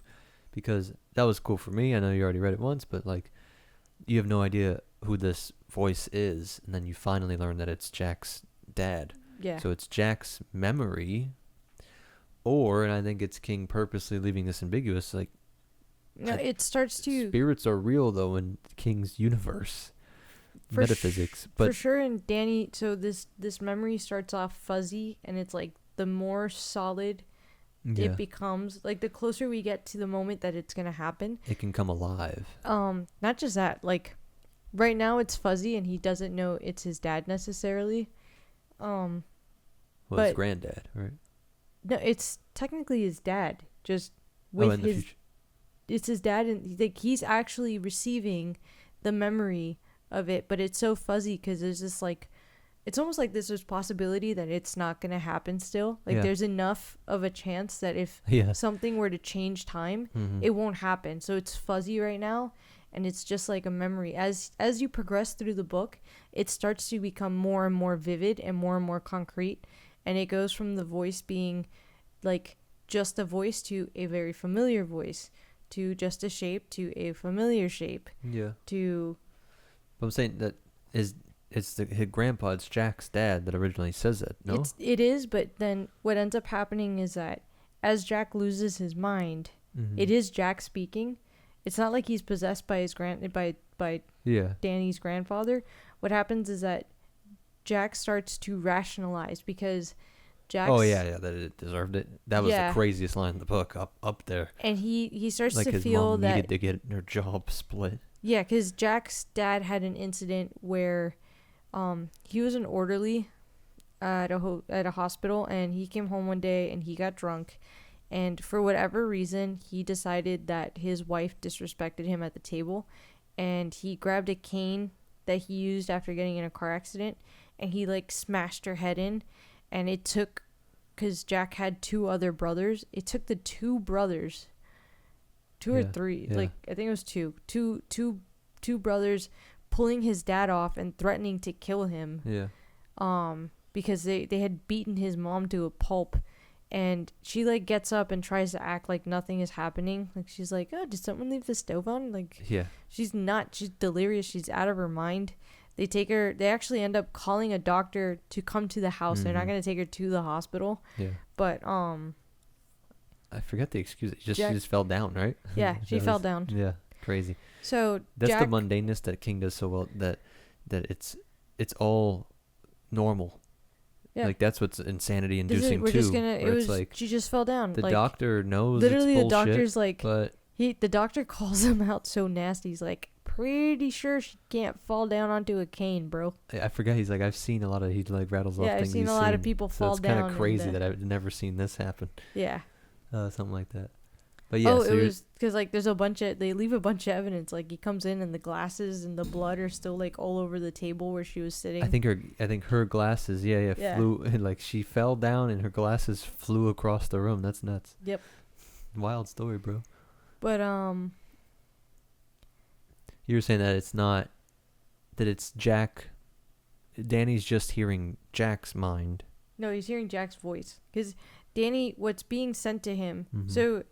If you know, now that we've read, if you know that Tony's from the future, Tony's probably sending him the actual memory that he has. Yeah, of the end Danny of the book. At the end of the book. So he's trying to warn him, but because time can technically change, probably coming in kind of fuzzy and not super concrete, because there's a chance that's not going to happen as it gets closer and closer. What a cool theory. Your point about it being fuzzy, it's literally a signal, and it's being sent from further away. Yeah, so as you get Danny closer, is further in the past. So yeah, the closer you are to when that event happens, the stronger the signal. Yeah, it's like a radio signal. Yeah, perfect. That's cool. Stephen King's metaphysics, y'all. I don't know if he meant but yeah. For sure. I mean, it intuitively makes sense. Like you're collapsing future events, so there's just more possibilities. Like, of course, we feel that it's true in real life, right? You're driving as you run out of a certain road, you get less and less options. So that's cool though. But yeah, but I see why. For clarification, it's the grandpa that said it first, but because the dad does say it in the future, Danny is hearing his dad say it. Yeah. Like. Yep. But he is able to go in and see the memories of his dad, of the abuse in his dad's household. No. He could, but I don't think he actually does. Yeah, I don't know if I'm confusing that with just us seeing that. No, as we the reader we just see in it Jack's because mind. Jack does occasionally think about his dad and that's and kind his of mom, repeating and too. like eventually. So at first he just And that's Danny's repeated line. Come out here and take your medicine. So you got Jack like control your temper, and Danny's like you said, the hypnotic, the repeating. Yeah. Like what Danny keeps hearing is "Come take your medicine." Yeah, and what Jack is telling himself is like, you lost your temper, your temper, and that's gonna be our like tick, tick, our metronome, our clock. Yeah, ticks. and what ends up happening later, we'll probably find where it's like written really well, is like when Jack really remembers what his dad did, he takes a lot of his dad's verbiage because he feels like his dad had figured it out and he was the one. Yeah. He was the one that was an idiot for trying to like not do things the way his dad did. His dad was just always... His dad wasn't even drunk at the table is my favorite detail that Jack convinces himself of or bullshits himself into. That's when he beat the shit out of his mom. He actually wasn't drunk. He was just testing the mom to see if she would do some slick shit. Yeah. Like, imagine if it would be like if Jack put like bruise makeup on Danny and like, oh, see, you accused me again. Like, time. Now I get to go off the handle. That's the only... So like the arm will come back, and we'll talk about this again because it's hard not to, but the reason that the arm snap was so final is that like Jack lies to himself all the time, and he's like, Wendy just keeps like, she can't get over this arm thing, which by the way, no, she cannot get over the fact that you broke our son's arm. Okay. Yeah. And yeah, if something happens to our son while he's under your care and I wasn't with you, I am going to immediately suspect you because you have broken his arm. King as a dude, though, and King writing this, it is such a... Everybody knows this is the stereotype. Like, yeah. So it doesn't have to... Like you said, yes, in the particular, breaking the arm is insane. But the biggest pet peeve dudes have is, like, you know, never living shit down. Like, oh my God, I'm going to have to hear this forever. Yeah, so Jack, like, in his mind, paints it off as, like, oh my God, like, she can never not check my breath because, like... Oh yeah, that was... Like, you could I tell. can't believe that she thinks, like, I would just start drinking again. King like, what a himself. bitch. And then, like, he of says course every she time, would even think just a that kiss. I would hurt Danny. Like... Yeah. But it just shows, like, but she can't get over it either, which it sucks. It's like, then you gotta just get a divorce or something, lady, or, you know, you gotta figure this out. If you can't... I was saying that King himself struggling with alcohol and knowing people. But in her defense, it hasn't been that long. Like, he stopped drinking for like 3 months or some shit. And you broke our son's arm. I'm sorry that... Oh, he's like the workout. Like, I got workout for 3 days in a row. It's not like we're like a 5-year veteran and disciplined. Like, we've basically passed the honeymoon stage, motherfucker. Yeah. Sorry, I didn't mean to drop that, but... No, it is true. I guess I just want to get in there, like, King... making you, pulling out all the tricks he knows to make you identify with Jack and see it from his point of view. Like, you see what I'm saying, bro? You know, bitches be crazy, dog. Like, they just be never letting shit go. They've always bringing it, and you're like, Jack, yeah, that's true. Jack makes it seem like he stopped drinking forever ago. I'm like, it was very recently you lost your job, true, bro. But what she's mad at is insane, and you're insane, and you're gonna die in an axe to the face incident. That's how he dies, right? He turns the axe on himself, no? No, that's not how he dies. What? I thought at the end when he's... I actually suspect that he died when Wendy stabbed him, and he says, like, I think he's actually correct. Yeah, you killed me. And then... He says, you killed me. He dies again by literally... Yeah, I guess that's what I meant. His body. No, that dies in a fire. Well, yeah, spoiler. You know, there's a goddamn spoiler on the back of the book. We were looking at hardcover, want to buy, like, the original, and it says, with an explosive ending, and I'm like... You fucking... I read that before I finished the book, and you could tell it's obviously the boiler room thing. Anyways, chapter 8, we're officially into part 2, finally. So we'll definitely only be doing part 1 and 2 today. Part 2, closing day, chapter 8. Going through here, we get cool bringing up how Danny is reading signs. You can read the signs more. The fuel pump, this whole like thing of him painting like I don't know, this guy's life is just a mess. Everything's always chaotic. Nothing ever works right. Everything down to the car itself, to his own mind, to his career, etc., etc. You get the Donner family. The Donner party. You find party. out that sorry. their car is shit, by the way. That's important. Yeah, that's what I meant. The whole fuel pump thing is all Yeah, broken yeah. and all that. They're going up and down the hill. Like, I genuinely can't. We're spoiled with.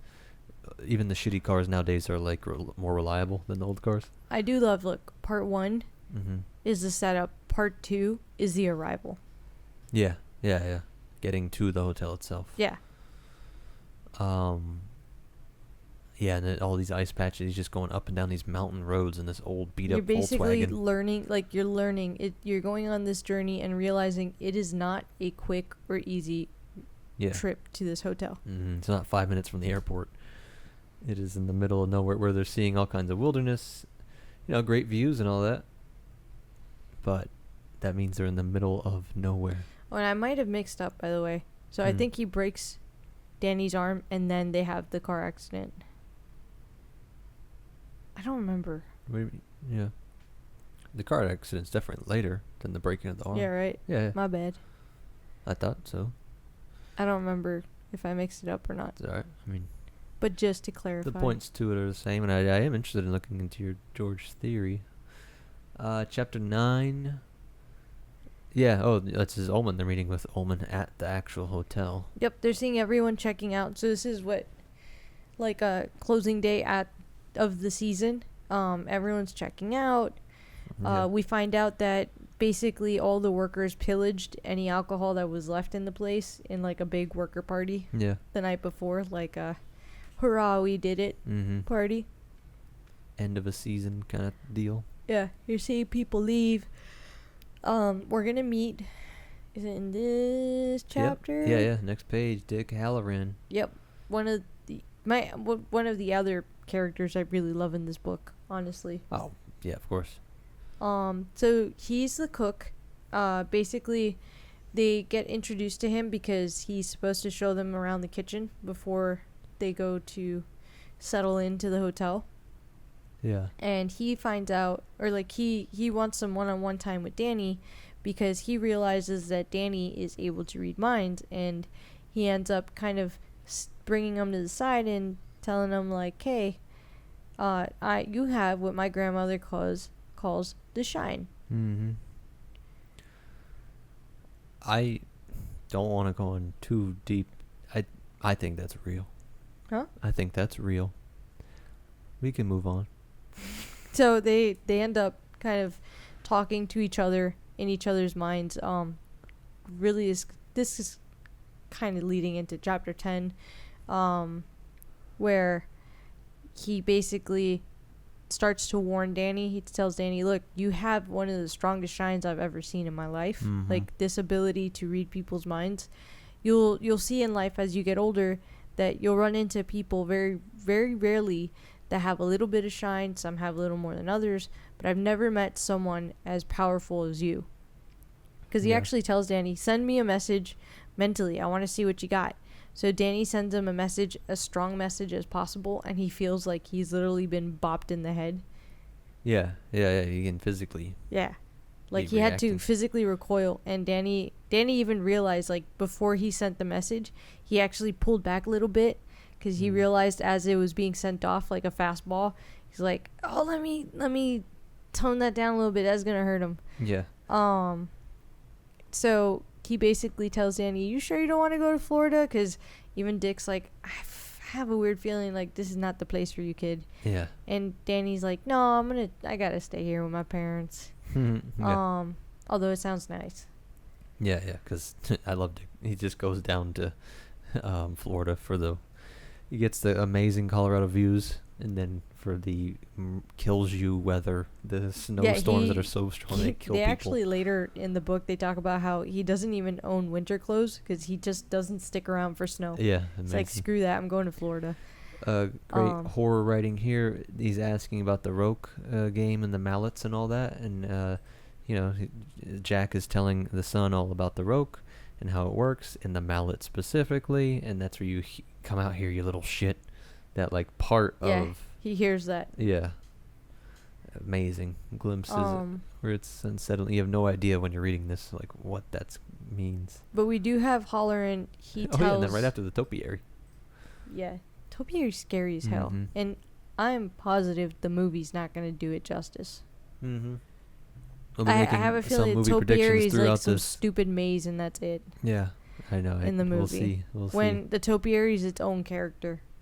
When we do it, I want to record us making movie predictions, and then we'll actually watch it, and then we'll do the podcast just talking about the movie. Okay. Because that's going to be so funny what they actually do. Holy shit, they did that. So Dick tells Danny to be very careful. He tells him not to go into room 217, which is horrible. You should never tell a kid not to do something because they're going to do it.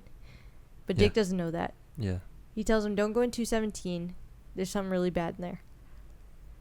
Yeah, he was right. He tells him that he's pretty sure, because he's seen things all over the hotel, and he's pretty sure that there's nothing there that can technically hurt Danny. Oh, yeah. Yeah, it's all in your mind. Also not true. Yeah.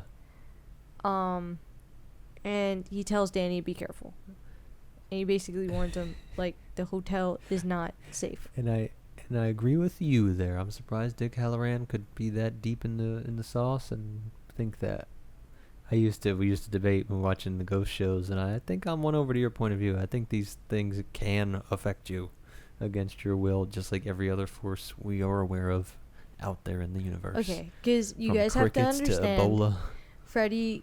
I want to be a ghost hunter. Freddy is definitely like a Zach Baggins level ghost hunter, where he will. Jacked. He will tell the ghost, like, do something, come at me, and I'm like, no. No. Believe in science. And I told him, you can believe in science outside of our house. Because one time he was doing that shit in our home.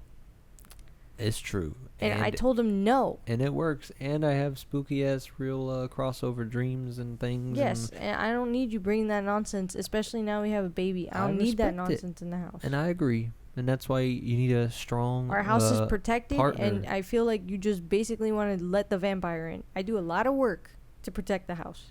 You don't need no garlic. Yeah, I'm also not inviting anyone in. I agree with you, actually. And I think it's deep and wise, and I really do think it's one of the hallmarks of our good marriage and good marriage in general, which is, come on, but you don't, it doesn't make sense for XYZ reason. Come on. And then I'm like, you got to trust each other's intuition. Then like a week of no one being able to sleep. Yeah. Yeah. We had like those even little the things dog being like, can I sleep in the bed with you? In the little voice recorders, and when you actually get some shit, it's pretty scary. So, point is, I say it's scary, but this is why I respect you and your point and your wisdom in this. Even if it doesn't make logic, I can go, no, I out-logic you. It's like, it doesn't matter. It's a good rule of thumb. Don't do the shit in your house. Yeah. You know what? You want to play with ghosts? Mm-hmm. Play with them in restaurants, in someone else's house. Yeah. In ghost tours. Like, but they can just follow. If they can just. Why would they be bound by the location? You're like, I don't know. But my house is protected. They're gonna come. Not gonna. If they try to follow us home, we got a force field going. Yeah. We got all types of shit going. They're not coming in unless you literally tell them that they can. But does anybody in here actually physically hurt him? Right? When Danny gets. Literally, the lady in 217. Yeah. She strangles his neck. She strangles him. Yeah. That's my whole side. That's crazy. I was just thinking. I was like, because all the ghost. The topiaries literally attack him. Yeah. At first, when that scene started, I was like, this is clearly a vision. But it's like, no, it's literally moving him. Bushes. Yeah. And real world ghost hunter types or ghost lore, if it's true, then they get scratched and all this stuff, and they think things burn down sometimes because of interactions. Or, I mean, if anything is moving, like, oh, look, the door moved or the glass fell off the shelf, it's like, then it can affect your physical body. So, which, by the way, if anyone ever remakes the Shining movie and is going to do the topiaries justice in the case that they are not given justice in this movie, it needs to be like one of those short films where you look and then you look away and you look back and something is not where it was before. Yeah. Like, that's got to be the topiaries It needs to be subtle and creepy because the way the king paces it is so beautiful, and we'll get there. Yeah. But I've seen so many good short stories. Like there was one short film that I saw on accident, and I swear to God, it made me unable to sleep for like days. This lady's on a train, and every time That's right. I she remember looks, this fucking guy moves closer and closer to her. Yeah. But there's also another one that I watched by accident where this couple's given a box. How does this happen to you against your will? Because you just end up sitting through entire shows. If YouTube, they're only like 5 minutes, so if you hover over the stupid, you've watched half the film. You just explain. There's a parallel universe anti-you who's like this super outraged at everything type that's like, they need to be canceled and removed because they just are imposed on me. I can't not watch this whole thing I don't like. I just have to hear these whole videos. It's terrifying. Okay, this couple was given a box, and it's like a friend, but they knock on the door and they leave them the box and they're like, I'm sorry. So they bring the box into the house because I don't know why, and they put the box on the table, and it says, like, the instructions say, like, don't ever not look at the box. And they both look at each other for a second, and they look over, and there's little fingers coming out of the box. And they're like, if they look away. So they look at each other again, look back, and then there's like the top of a head, and there's just this fucking thing coming out of the box, and every time you look away, it keeps coming out of the box further, and it's fucking terrifying. In a way, that's the core principle behind Slenderman. I watched it without sound. Oh, great. That's not creepier. It's creepy for me. What's my wife doing? Where is going on here in my household? Letting in ghosts and this shit. Yeah, I think you're doing something worse. I couldn't sleep. Like. Yeah. Anyway, chapter 10, Halloran. He's great. He's obviously the best. But he's so good, I like just take him for granted a little bit. I'm like, yeah, obviously he's cool. Like, I'm more interested in the Shockley, like, backstory and what the hell he's up to. Whereas Halloran's just such a necessary and cool character. I'm like, oh, yeah. Of course him. I feel it. I really kind of my summary into like him talking to Danny even goes into chapter 11. Yeah, I see that. That's good. I mean, you mean all the way, in chapter 11, The Shining. I don't think there's so much specifics in even writing things I want to point out. I mean, it is cool. No, it's world building and well written, but it's well written. You get to see Halloran and Danny bonding, which is important because later when Danny calls Halloran, it's important to know that like this moment was so important to Halloran to meet someone so young. And it's funny because we also have Danny meets Ullman and I think Watson, the other guy. He meets the other people in the hotel. Yeah. And Mr. Ullman looks like someone that wouldn't like kids, but for some reason even he seems to like Danny. So Danny just has this thing where he attracts people like... Yeah, well, I think that is how the real world equivalent of The Shine works as well. And I do think there is. So Halloran just, he really just realizes he likes this kid, and he would probably do something stupid for this kid. Yeah, which, So he tells him, if there is trouble, you give a call, a big loud holler like the one you gave me a few minutes ago. I might hear you even way down in Florida, and if I do, I'll come on the run. Yeah. And then chapter 12 is the grand tour. Sorry, I'm just a little distracted here. I think let's do a quick baby break, and we'll be right back, guys. We should be recording. Very good.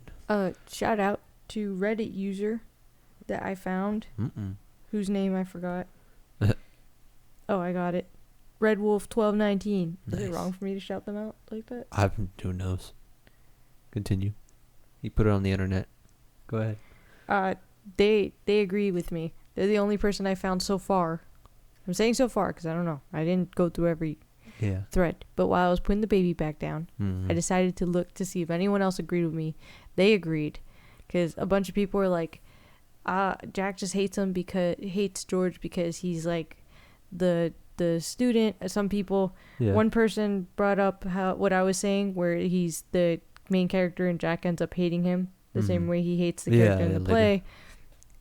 And no one else, it wasn't until like the bottom of the thread that this person was like, I thought they stuttered because Jack Jack and Al almost ran him over. That's funny. I'm like, yeah. Huh. That's what I thought. So, I decided using what's it called when it's not like the actual quote? They kind of they paraphrased a section. So I used that to search in the book, and I found it. Nice. Okay. I found what makes me think that he almost ran him over. Cool. And you said, but you want to get to that when we get to that part. If you want, I could do it now, or we could do it later. However we you can want save it for later. I mean, we're coming up on 2 hours here. We're on the last two, chapter 12. But that is amazing. You found that in a great trailer hook for the next part, I guess. Yeah. I've never heard anybody else mention. Not that like I watched a ton. I tried to watch a ton of reviews on this, and I didn't really see many that got that detailed. I'm so excited. I hope you guys like it. It's like a whole scene, and I don't know how nobody. Yeah. Anyway. All right, we'll make a separate video for MetaNerdz. All right, so chapter 12 is just he's getting a tour from Ullman, and what I think is important here is that he goes through so much detail on how amazing this place is, but he never mentions any of the horror, any of the murders, any of the... Yeah, he's talking about like how long it's been around, how it's so beautiful, how all these great people have stayed there, how... Yeah, it's just even the history, how like the many presidents have been there. World War II. Look at this presidential room. Look at this view. Yeah, because it's been around since... and it's actually in the presidential room that we start to see the hotel, because Danny actually, as they walk in, someone's been killed in the presidential room before. And so there's, like, Danny walks in, and there's literally blood and brain matter. Yeah. And he's the only one that can see it. Yeah. And everyone's like, isn't the view beautiful? And Danny's like, nah. Yeah. You know, but he keeps telling himself, he's like, they can't hurt me. So at this point and in this stage, he closes his eyes and he opens them up, and I believe the thing goes away. Yeah, I mean, the vision goes away. Stuff snaps back. So it's a beautiful way to show through a kid too, who's getting used to the horrors of the world. We all do that. Like, the Shine is a fictional supernatural ability, but with the whole, we'll talk about this more in the next part, with the jump out boys, the ones that pull out in the van and pull you off to the loony bin. Like, that story traumatizes Danny, because how do you know if you've gone too crazy that you're going to get locked up in a mental institution? Like, where's that line exactly? And we all just get so used to horror. I think it's the coolest subtle thing that King does in this book, that you are surrounded by these horrors that we've just gotten used to. Every day you wake up, there's a story that somebody just snapped. You know, this whole book happens every day somewhere. Yeah. And somebody just having a mental... I do think that's kind of the beauty of how Danny's character is written, and the little things. Like, Danny, there are words that in the actual book are in a different font. Like, divorce is different fonted. Mm-hmm. And so there's also little things, like a sweet. He thinks it's like a sweet, candy, not like a sweet like a room. Mm-hmm. So these are all little things, like the way these things hang on him. This idea that if he cries, because in that case the man was having crying fits. One of the symptoms is the crying. Or at least that was all he really knows. Yeah. And he was sent away, and they told him they don't know for how long. Yeah. And so there's a lot of things that Danny put together without anyone realizing it, and it haunts him, and he's terrified of men in white suits coming to take you away for losing your mind. Yeah. Madness could happen to anybody. That's what he's afraid of. But what I mean is, like, an empath, like these people online, like, we were in the hotel where this horrible tragedy happened, like in real life where we stayed, and it's like, a little kid would be like, wait, people burn to death here? Like, burn? Like, what does it mean to burn to death? What is it like when you burn to death? What were their feelings? What were their emotions? And we go, I don't know. What do you want? The chocolate muffin or the blueberry muffin? Like, we gotta eat. Breakfast also, time. Ding, we're ding. staying here, so you need to go we're already to here. We're sleep. not leaving. Yeah, get to sleep. We already paid for this room. Yeah. So, like, he literally sees the horror and the gore and the blood, but with any sense of creative thinking, you should be able to visualize that. So I just think that's a cool start of what will become an insight into a layer of horror here. We also get an idea of where the little living quarters are. Because basically, because it's a big hotel and it has a dining room and a kitchen, the living quarters don't have those things. They have like a little hot plate. It's really just like a little 2-bedroom or 3-bedroom apartment situation. I think it's 2 bedrooms. Yeah. With like a living room type situation, like a. They Yeah. basically can hang out, and Danny has his bedroom and they have their bedroom. It's kind of the setup. And then if you want any food or anything, you have to go out and into the big actual hotel kitchen. Yeah, which is like glorious, by the way. We didn't talk about that, but like for anyone that's into kitchens, this kitchen is beautiful. Yeah. It's got giant pantry and double ovens and giant it runs on gas. Yeah, there's whole sections on every little detail. Top of the line kitchen. Mm-hmm. A cool thing for the metaphysics here of how it all works. When he's bragging about the history. Ullman is, of course, like you said, only touching the good stuff. Marilyn Monroe once stayed when she was married to a man named Arthur Miller. Danny got a vague understanding that Marilyn and Arthur had gotten a divorce not long after they were in the Overlook Hotel. So he doesn't know these people. These people are long dead, and he can pick up on traces, this psychic imprint that lingers somehow. That divorce, that emotionally charged word. He's at least seeing it because it's connected to him. It's something that scared him and his family. I think it's also important because it makes him wonder, like, because he feels like everything is working out right now because mom and dad are happy. Yeah. But could staying here potentially lead to divorce if these people got divorced? Exactly, and that's what I mean by like the cool thing where I think Lovecraft as well, and King, of course, like it's everywhere. These scary things, like you think you're scared of, spiders or tigers, or it's like, dude, it's madness and these social issues, whether it's just drinking or divorce or like you said, Danny's seeing is surrounded by it. It's everywhere. By the way, other than kind of getting a tour of things, we also get introduced to the elevator in the hotel. Oh yeah, which is like an actual manual elevator. It's not like the Titanic. The line here, the Titanic was made for one voyage. Only one voyage, Mr. Torrance. This elevator has made thousands of them since it was installed in 1926. Because it is an old manual elevator. Like, you have to crank. There's like a little crank, and you can stop it mid-floor by accident. Like, yeah. And it creaks, and Wendy doesn't trust it for shit. Yeah. So she makes a rule that they are not to. She prefer they not ride it at all. But if they have to use the elevator, they can only go in like one person at a time. They can't all be in the elevator together. Yeah, nobody gets stuck. Yeah. Which ironically, she's the first to go into the elevator. Yeah. I'm just looking here. I'm pretty sure. This chapter just ends with a terrifying quote. For a moment, Danny felt more lonely than he ever had in his life. Because that's as they get left. Yeah, because basically they end the tour and Ullman's like, all right, have a good season. Yeah. And Jax tells him, all right, we'll be in touch.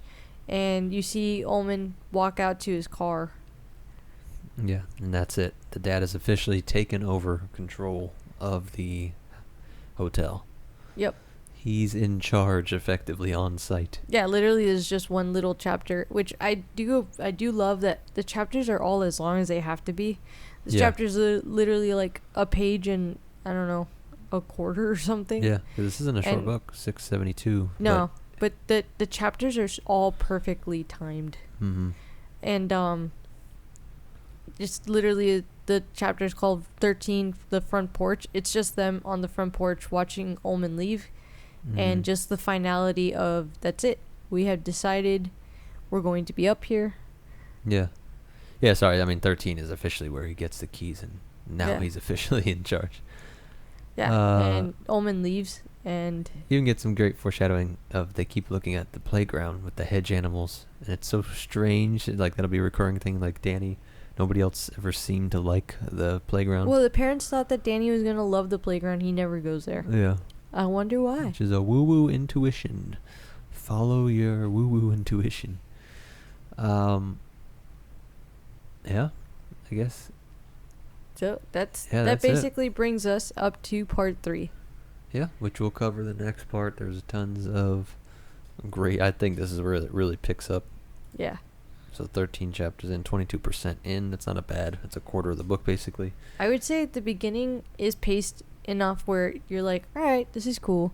Then you kind of start to settle into the hotel, and creepy things kind of happen. Things are moving forward, but there's this kind of like slow building up of tension. And not slow, but I don't know how to word it, but the tension's building up. Yeah. But it's an undercurrent on what's happening. Like, It's you're like seeing the all these boiler. things kind of happening. It is like the boiler. Like, you could almost forget that you have to check on it or keep an eye on it. Yeah. And then all of a sudden, at a certain point, you realize, like, oh shit, What was my... no matter what we do, this boiler's gonna blow up. And you just feel the pressure building, and it's moving too fast for you to even really stop it ever. Yeah. This is the quote that we were talking about. Oh, I yeah. sent you that was stuck. That I was like, I was trying to remember so bad where it came from. And I was like, I finally remembered how to just Google it. How did you go bankrupt? 2 ways: gradually, then suddenly. But this has been... It's from Ernest Hemingway, and The Sun Also Rises. But this has been worded to a bunch of different stuff and changed. So I text Freddie. Freddie texts me that, and I text him back. So how did you lose your mind? Yeah, no, that's what I meant. That's what I was clearly getting. I was like, yeah, that's what this book, the pacing of this book is so Yeah. great. Like, how does he go crazy? Like, how does he Both become gradually and possessed or suddenly. whatever? Like, yeah, it's gradually, then suddenly. Like, the end of this book, the last part is so... Yeah. It's not rushed. It's not... I'm like the so shorter excited chapters are to for get a reason. to it. Yeah, it's great. But yeah, let's end it there. Yeah. Then we'll get into the next parts next time. Like I said, I think it's an even better part. All the parts are better. They pick This up. book only gets better. Yeah. So it'd be exciting. See you in the next one. Bye. Bye. Oh wait, like, subscribe. It's okay. Yeah.